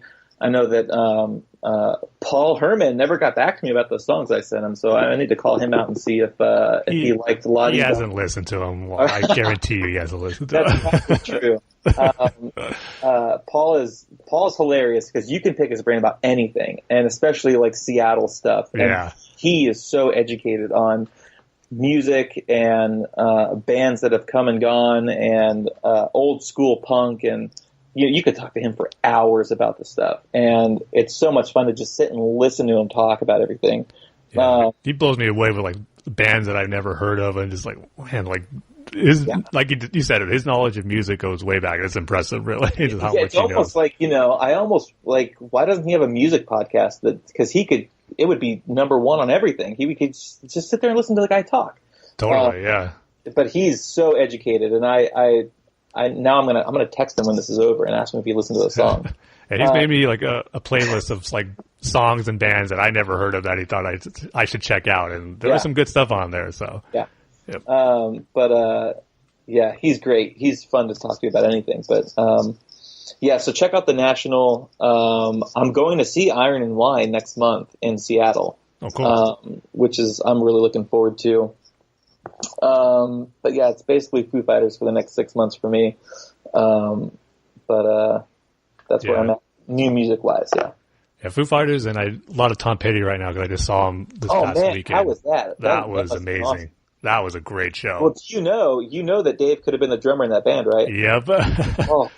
That Saturday Night Live performance when he played the drums with him it's really cool, and the fact that I was on the Back and Forth documentary that Foo Fighters put out in 2011 where he just says, I'm hanging up the phone with Tom Petty telling him I'm not going to join his band. I mean, talk about a dilemma, man. Like, to be the drummer in the Heartbreakers or to go off and do your own thing, like that's not an easy thing to say no to. I know, man. But, you got to admire the guy for his guts to be like, you know what, I'm going to try this thing. And here they are 22 years later, maybe the last great rock band that's out there. So, I don't know. I love them. I remember listening to the first album I got was Color and the Shape. And I remember hearing track 7, I think, is My Hero, and hearing that, and then hearing Hey Johnny Park, and then hearing Everlong, and being like, wait a minute, this is the same band. Like, I love all of these songs, and I didn't know it was the same band. And then being in 7th or 8th grade, and going to the mall and buying There's Nothing Left to Lose. And then just, even now as an adult, that's such a chill record to put on when you're driving or whatever. So these guys have been with me since I was, 12 years old, which has been awesome. Yeah, they're probably the only band I can say I was with them for the very beginning. Because even as a little kid, getting into around 11 years old, 11 and 12, when Nirvana broke up and Kurt died, and learning how to play guitar and bass through the Unplugged performance. I was a big Nirvana fan, and then hearing Dave Grohl's going to start his own band and his own project. Okay, so kind of keeping track of when that's going to come out, and then remember just being blown away when the first Foo Fighters album came out, and just this guy, he was an amazing drummer. I think the greatest drummer ever. But when I first heard that Foo Fighters album, to see how great of a songwriter he was, and a guitar player and a singer, it just blew me away, and just became a diehard fan ever since. And I don't think that's ever going to change. If you haven't seen, Lars Ulrich has a podcast. I saw that about 2 weeks ago. Did you watch it? Yes, it was awesome. Oh, it's so good. Yeah. It's such a fun conversation. And then they were on Howard Stern last year or whatever, and Howard dropped this bomb that he heard this rumor that Dave wanted to re-record the first record with everybody who's been in the band now. And he was like, I heard about that. Why would you want to do that? And Dave was like, well, because that record's just me, and it doesn't sound like how we sound. And most of those guys, so Chris was the last one to join, and he joined in 99, so he's been with them for 18 years. So the fact that he would want to go re-record them, because they've all been together now for so long as the 5 of them, and 6 with Rami now, that he wants it to sound like they sound, not like he sounds. And at first I was like, oh, how could you ever do that? But then part of me is like, you know what? We've heard all those songs. They play them live, so we know what it would sound like. But that first one, I feel like you can't really touch that one. Because that was the very first one that he did with things that have been in his songbook for 4 or 5 years. And it was such a milestone for him to go do this post Nirvana, post everybody, and just kind of do this thing. So I hope he never does it. But I heard that and I was like, whoa, that'd be kind of cool. Yeah, part of me was the same boat. I wanted to hear that too. What would that album sound like with the whole band, and probably a much higher production value than that one was recorded with. So, but I also understand too where it is kind of the sacred thing where it probably shouldn't be touched either. So probably all worked out in the end. Yeah, so, but yeah, they're easily my favorite band of all time. And so, I'm just going to keep listening to them forever. And now, they're such a dad band now, and I can say that because I have kids, and now my son's, picking up on songs that they sing, so it's like, oh, whoa, this is kind of trippy, but... Hey, that's cool. Kids are already developing great taste in music then. Yes. All right, so that's going to wrap up our listener feedback section. Thanks, Mark and Jordan, for sending in your emails, as always. Always appreciated. And with that, I can go ahead and get into our comic book reviews. And for this episode, I'm going to be reviewing Batman number 31 and Dark Knight's Metal number 2. And as always, spoilers are ahead when we're talking about these issues. So if you haven't read your books yet, might want to hold off and then read them, come back and listen to the review. And for our rating scale for this one, I think I'm going to go with redesigned Batman characters that just didn't work in the new Batman Adventures. So that will be my review scale. So first off, Batman number 31. So like Jordan alluded to, this one was mainly, setting up what looks to be the final confrontation between Batman, Joker, and the Riddler. And I did like that opening sequence with the Joker, like you said, Jordan. It was very creepy, and Joker just being very menacing, asking someone if he would remember him. And when Joker tried telling a knock-knock joke and the guy answered, "Who's there?" Joker took it like, "Oh, you don't remember me. How could you?" And then he kills him. And then the whole thing with Batman and Riddler and a bunch of other villains going to intercept Joker in his hideout in this building. Like I said, Catwoman is climbing up there, scoping out where the Joker's at. He finds her, and then he shoots at her. She falls, but she's able to catch herself, and we know she survives since this is taking place in the past. But like you said, it's still kind of cool to see her in action in her old Catwoman outfit. So Batman, Riddler, and a bunch of other villains like Croc, Kite Man's now on the Riddler side.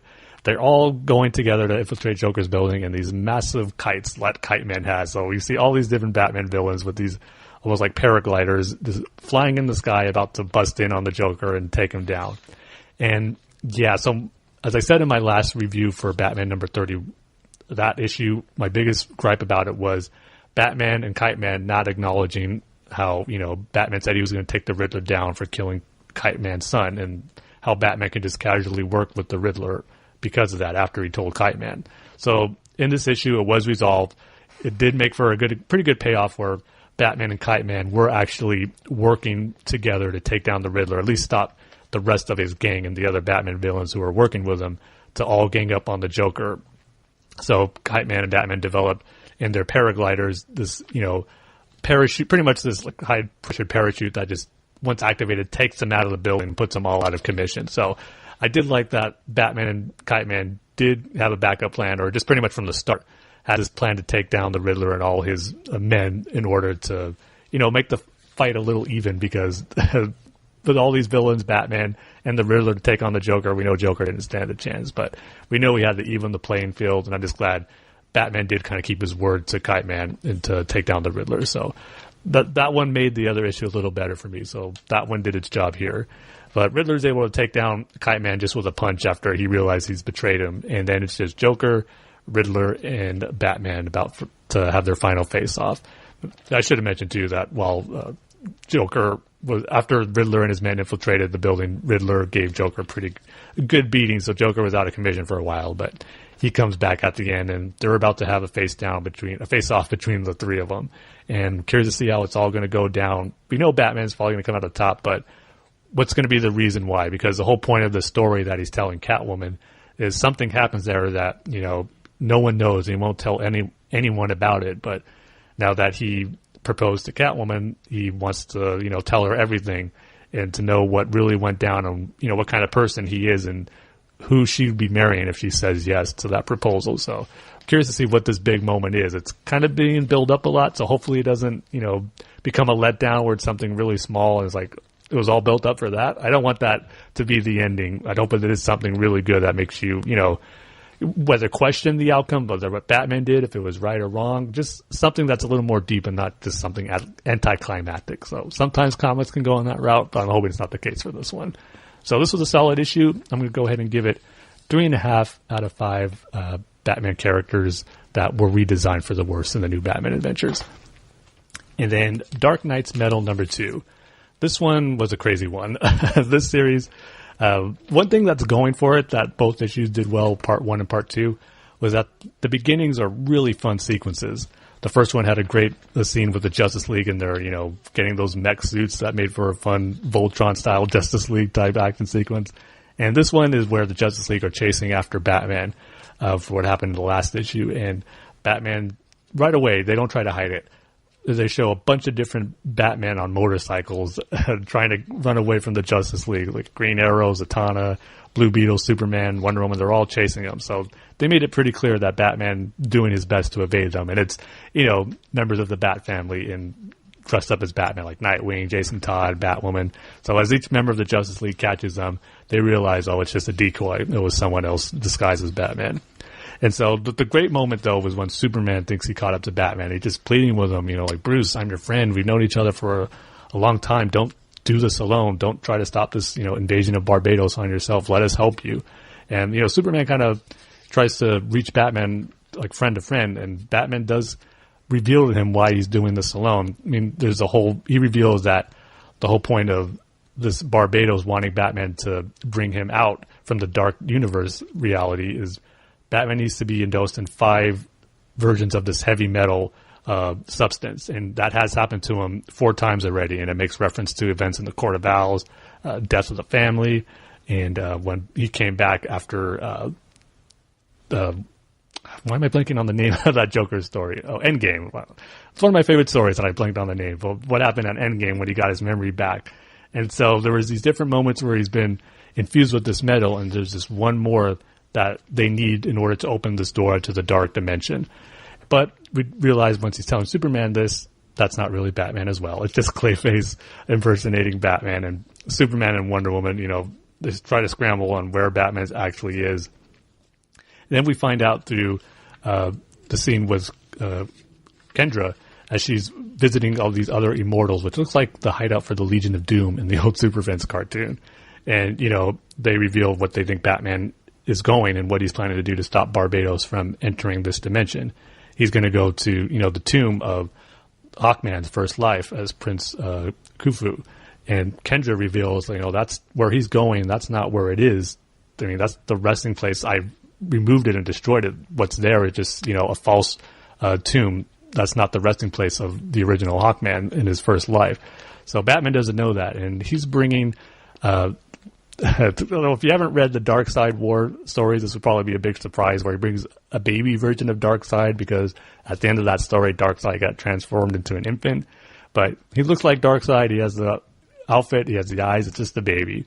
And knowing what happened in Final Crisis, where Darkseid zapped Batman with the Omega Beams and sent them back in time, Batman wants to replicate that, because if he goes back in time to the point where he first went in, the prehistoric age, and stopped, because that's the starting point where this creature Barbados first recognized Batman and wanted to use him to become this door and portal way for him to enter this dimension. So Batman wants to go back in time, stop that from happening, thus stopping Barbados from knowing who Batman is and using him to open this dimensional door.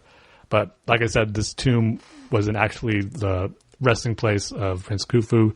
It was actually the place where Batman, the last place he wanted to be, because this is where the doorway in Barbados was going to use to enter in this dimension. And it gets revealed that the Court of Owls were behind this too, and we're aware of this, prophecy / setup that they knew Batman was the key to bringing Barbados back. And they go back to this way back in ancient history to the tribes of the bats and birds, and how they left the birds to join the bats, and were following Batman's life pretty much from the beginning, waiting for this moment. So they dose Batman with this final form of metal, which ironically was named Batmanium. Yeah, they could have thought of a better name for that, I think. But anyway, they dose Batman with it. The portal opens, and a bunch of these goblin-style creatures dressed in Robin uniforms come out of it and start killing the Court of Owls members. And then we get the reveal that not just this creature Barbados enters, but it's these different parallel versions of Batman from the Dark Dimension that are all part of, going to be in these one-shot comic stories where, you got the Green Lantern Batman, the Evil Flash Batman, the Ares Batman, the Aqua Woman Batman, I should say.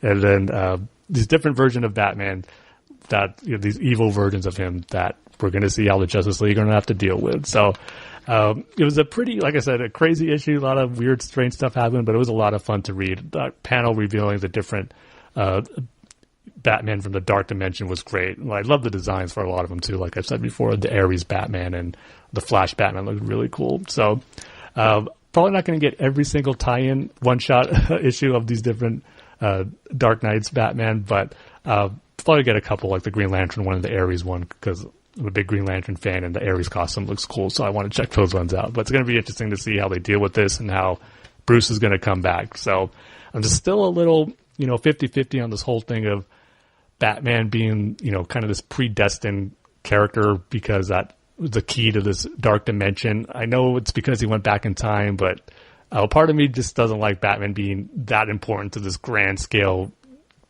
universe-wide event. So I'm going to see how it all plays out, but I'm still 50-50 and not sold on it yet. But it was still a fun issue, so I'll give it probably a solid 4. out of Batman characters that were redesigned for the worse in the new Batman Adventures. So if you're not keeping up with comics, Jake, you probably have no clue what I was saying in this review for Dark Knight's Metal. There's a lot of crazy stuff. If you were to jump onto the story, there's a lot of backtracking you would have to do. Yeah, that sounds like a lot. Yeah, not only does Batman comics, but like I said, even pre-New 52 stuff with Grant Morrison's Final Crisis, like a bunch of stuff that's tying into it. So Scott Snyder build it up as that, so it's not too surprising. But at the same time, too, you would need to be prepared to get into Dark Knight's Metal to get the full enjoyment out of it. So, all right, so that's going to do it for our comic reviews and for the episode. So, yeah, as always, you can go ahead and check us out on our host site at thebatmanuniverse.com, and you can follow the Batman Universe on Twitter at Batman Universe. And you can follow us on Twitter at the Bat-Fans Podcast. And if you want to send us an email, you can go ahead and send us your questions or anything on your mind to batmanswithoutpants@gmail.com. You can follow me on Twitter at TimG311. And Jake, where can people find you? Twitter is I am Jake Lane. Cool. And again, Jake, thanks for coming on. This was a lot of fun to chat with you for the first time off of Twitter, so it was great to have you on. Thanks, man. This was lots of fun. We got to do this again. Yeah, definitely. So, thanks everyone for listening, and we'll see you next time.